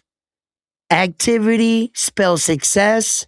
Being in the ring more frequent means you're more familiar with the fight at the speed of the fight. You don't have to come back and catch up to it. Um, Everything that boxing has taught me, everything not to do, everything wrong, that's on Keith Thurman's side. And because on this fight, I'm not going to go with the allure of one time Keith Thurman being very crafty, very sharp, very slick. His best attributes is setting up punches. He's a master at that. He can lull you to sleep with his footwork and then sneak something up on you real quick. Keith Thurman is a flashy type of fighter that he's pride himself on that style. He wants to be the type of guy that knocks you out in a flashy way. And he's actually good at it. But that was Keith Thurman 6 years ago, 7 years ago. I haven't seen that guy. Who'd he knock out? Brock Jarvis? That's not gonna do it for me. So in the sense of just boxing intuition, what to look out for, what not to go, but fuck what I say. Fuck what I say. If Keith Thurman can actually do this, yo, shouts out to you, homeboy. For real. If you can really go in there and do this, man, bro, you got my respect because this is the odds are against them when it comes to staying disciplined to the sport Mhm. and injury prone and everything. The odds are against you, but you can count the injury for Sebastian Fedora, torn bicep. Is his punch really there with a torn bicep? What about that? Yeah, it remains to be seen. Yeah, Okay. we don't Okay. know. All that's cool. Yep. No, I get you're coming at it like from a history, like overall Yeah, standpoint. Oh, when a just dude that. is Yeah. older and been inactive and been injured, I understand that. But I'm glad you acknowledged that Fundora has also been injured, and that's why the fight Oh got yeah. delayed in the first place. We gotta bring But that up. Yep. I'll say this: I know it's highly subjective, but it rarely leads me wrong. Since September of last year, so over the Mm-hmm. past 6 months, I ran a 3K, three Yep. thousand on YouTube boxing, like straight up bets, like documented on Marco's channel, right? So like, Yep. I trust my judge. I say that to say this: I'm the eye test guy. Yes, Mm. subjective, but when you've been watching since the late '80s, like I Oh have, and yeah. I know you got a couple years on me, but Yep. that's a while, right? So being the eye test guy, and that's why Tyson is my all-time favorite. It rarely Mm-hmm. leaves me wrong, and I've seen better out of Thurman, and you may say, "Oh, that's old Thurman," but to me, I've seen better out of Thurman than I've seen out of Fundora. I Oh mean, yeah. his best Boxing claim to wise. fame is the rematch over Tim Tszyu, and that's not enough for me. So I hear the Brock Mm. Jarvis thing, and maybe I'm putting a lot of sauce on it with the stoppage, but I just had to come out. I had to come out with the bold Yeah. prediction, but I Yeah. definitely Yeah. got Thurman overall. Yeah. So Yeah. Listen, and it's not a bad pick. Um, I don't think you can go wrong with either of these fighters. I can understand why people see it both ways, but you're right about that. I've seen better boxing setups and boxing counterpunching from Keith Thurman because you're not gonna get that from tall, lengthy, awkward looking Sebastian Fundora. But there's one thing about this skinny guy, Flacco, that means skinny guy, right? I do notice that a lot of the fighters that fight him, they come out looking different after the fight. That Lubin fight was crazy. He just looked that Tim Tszyu, he was bubbled up like, and he made him quit in front of his countrymen, in front of his father sitting in the audience. Like the pride for a man like that to quit, he must have been really hurt, really bad. And then you watch Sebastian's fights, he's a blunter. He's like, he bludgeons these guys. So I'm starting to notice that this Sebastian Fundora kid cracks a lot harder than I think. Now, I do know that Keith got a punch. I see it. Um, he just got to land it on that 6'6" frame. And I've never seen him fight a guy that tall like that. I'm not sure if Keith is going to look like his normal self when he's fighting guys more on his height. You ever see like a tall guy say he has problem with short guys, and the short guy fucking catches the tall dude because that tall dude always fought guys his size. So when he fights a small guy, it's awkward. But Sebastian's been fighting small guys his entire career, and he's used to that shit. But Keith Thurman has never fought a guy that tall. Now, that doesn't spell victory. None of the thing what I said says, oh shit, Keith Thurman is fucked. No, no, it doesn't. He just got a big obstacle. But you're right. He does have the skills to pull this off. He really does. He really has the skills, Keith Thurman. We just got to see it. We just got to see it. You're not just going to walk back Errol Spence Jr. and on day one, I'm going to pick you in the fight. I'm not doing that. I don't know what version of you we're going to get. I need more information. I'm not going to take Jamel Charlo on a money bet on his first fight back. That would be foolish. You would be betting on a name about who he was once upon a time. You got to show me something. This is a world title fight. So, Keith, man, listen, I know why everybody has high hopes on him. Because he's a talent. You can't deny that. Can't deny that. Is he a real threat? Yes. Can he pull this off? Yes. But will he have to show me before I believe in him once again? Yes. Yes. Yes. And that's the only reason why I'm going with Sebastian Fundora in this fight. But I respect everything you got to say, and may the best man win. And I hope you show up here on Saturday, so we can finally get to who's the real champion. You know what I'm saying? Because you know what I mean. You're making claims at my belt, Rich. Yo, Rich. Listen, pop by. You know what I'm saying? I can't wait for the fight. You know what I'm saying? And we'll shoot it back. You know what I'm saying? Just maybe one day Yeah. you can be like me and defend the title. Come I on, guess it champ. would be a title I shot for didn't get an you. opportunity. I never got the opportunity. Wait a minute. But no, You're that's still funny. champion in Yo, recess. You're still champion in recess. So if you do win, that would be a title shot. I mean, a title defense. Technically, okay. right? Hey, fair enough. Fair enough. I respect that. Fair Thank enough. you. Yeah, I appreciate that. But I yo, give you that. if No I'm not problem. going live, if I'm not live myself, I'll be here. I'm with that. I'm with Okay. that. Definitely gonna. All right. Wrong or Absolutely. right, I Stop always in. show up. Just hit the like Yeah. or just a little message. And then if you want to go on your channel, but let the channel know that you Oh, showed up. absolutely. You know what I'm saying? All right, Rich?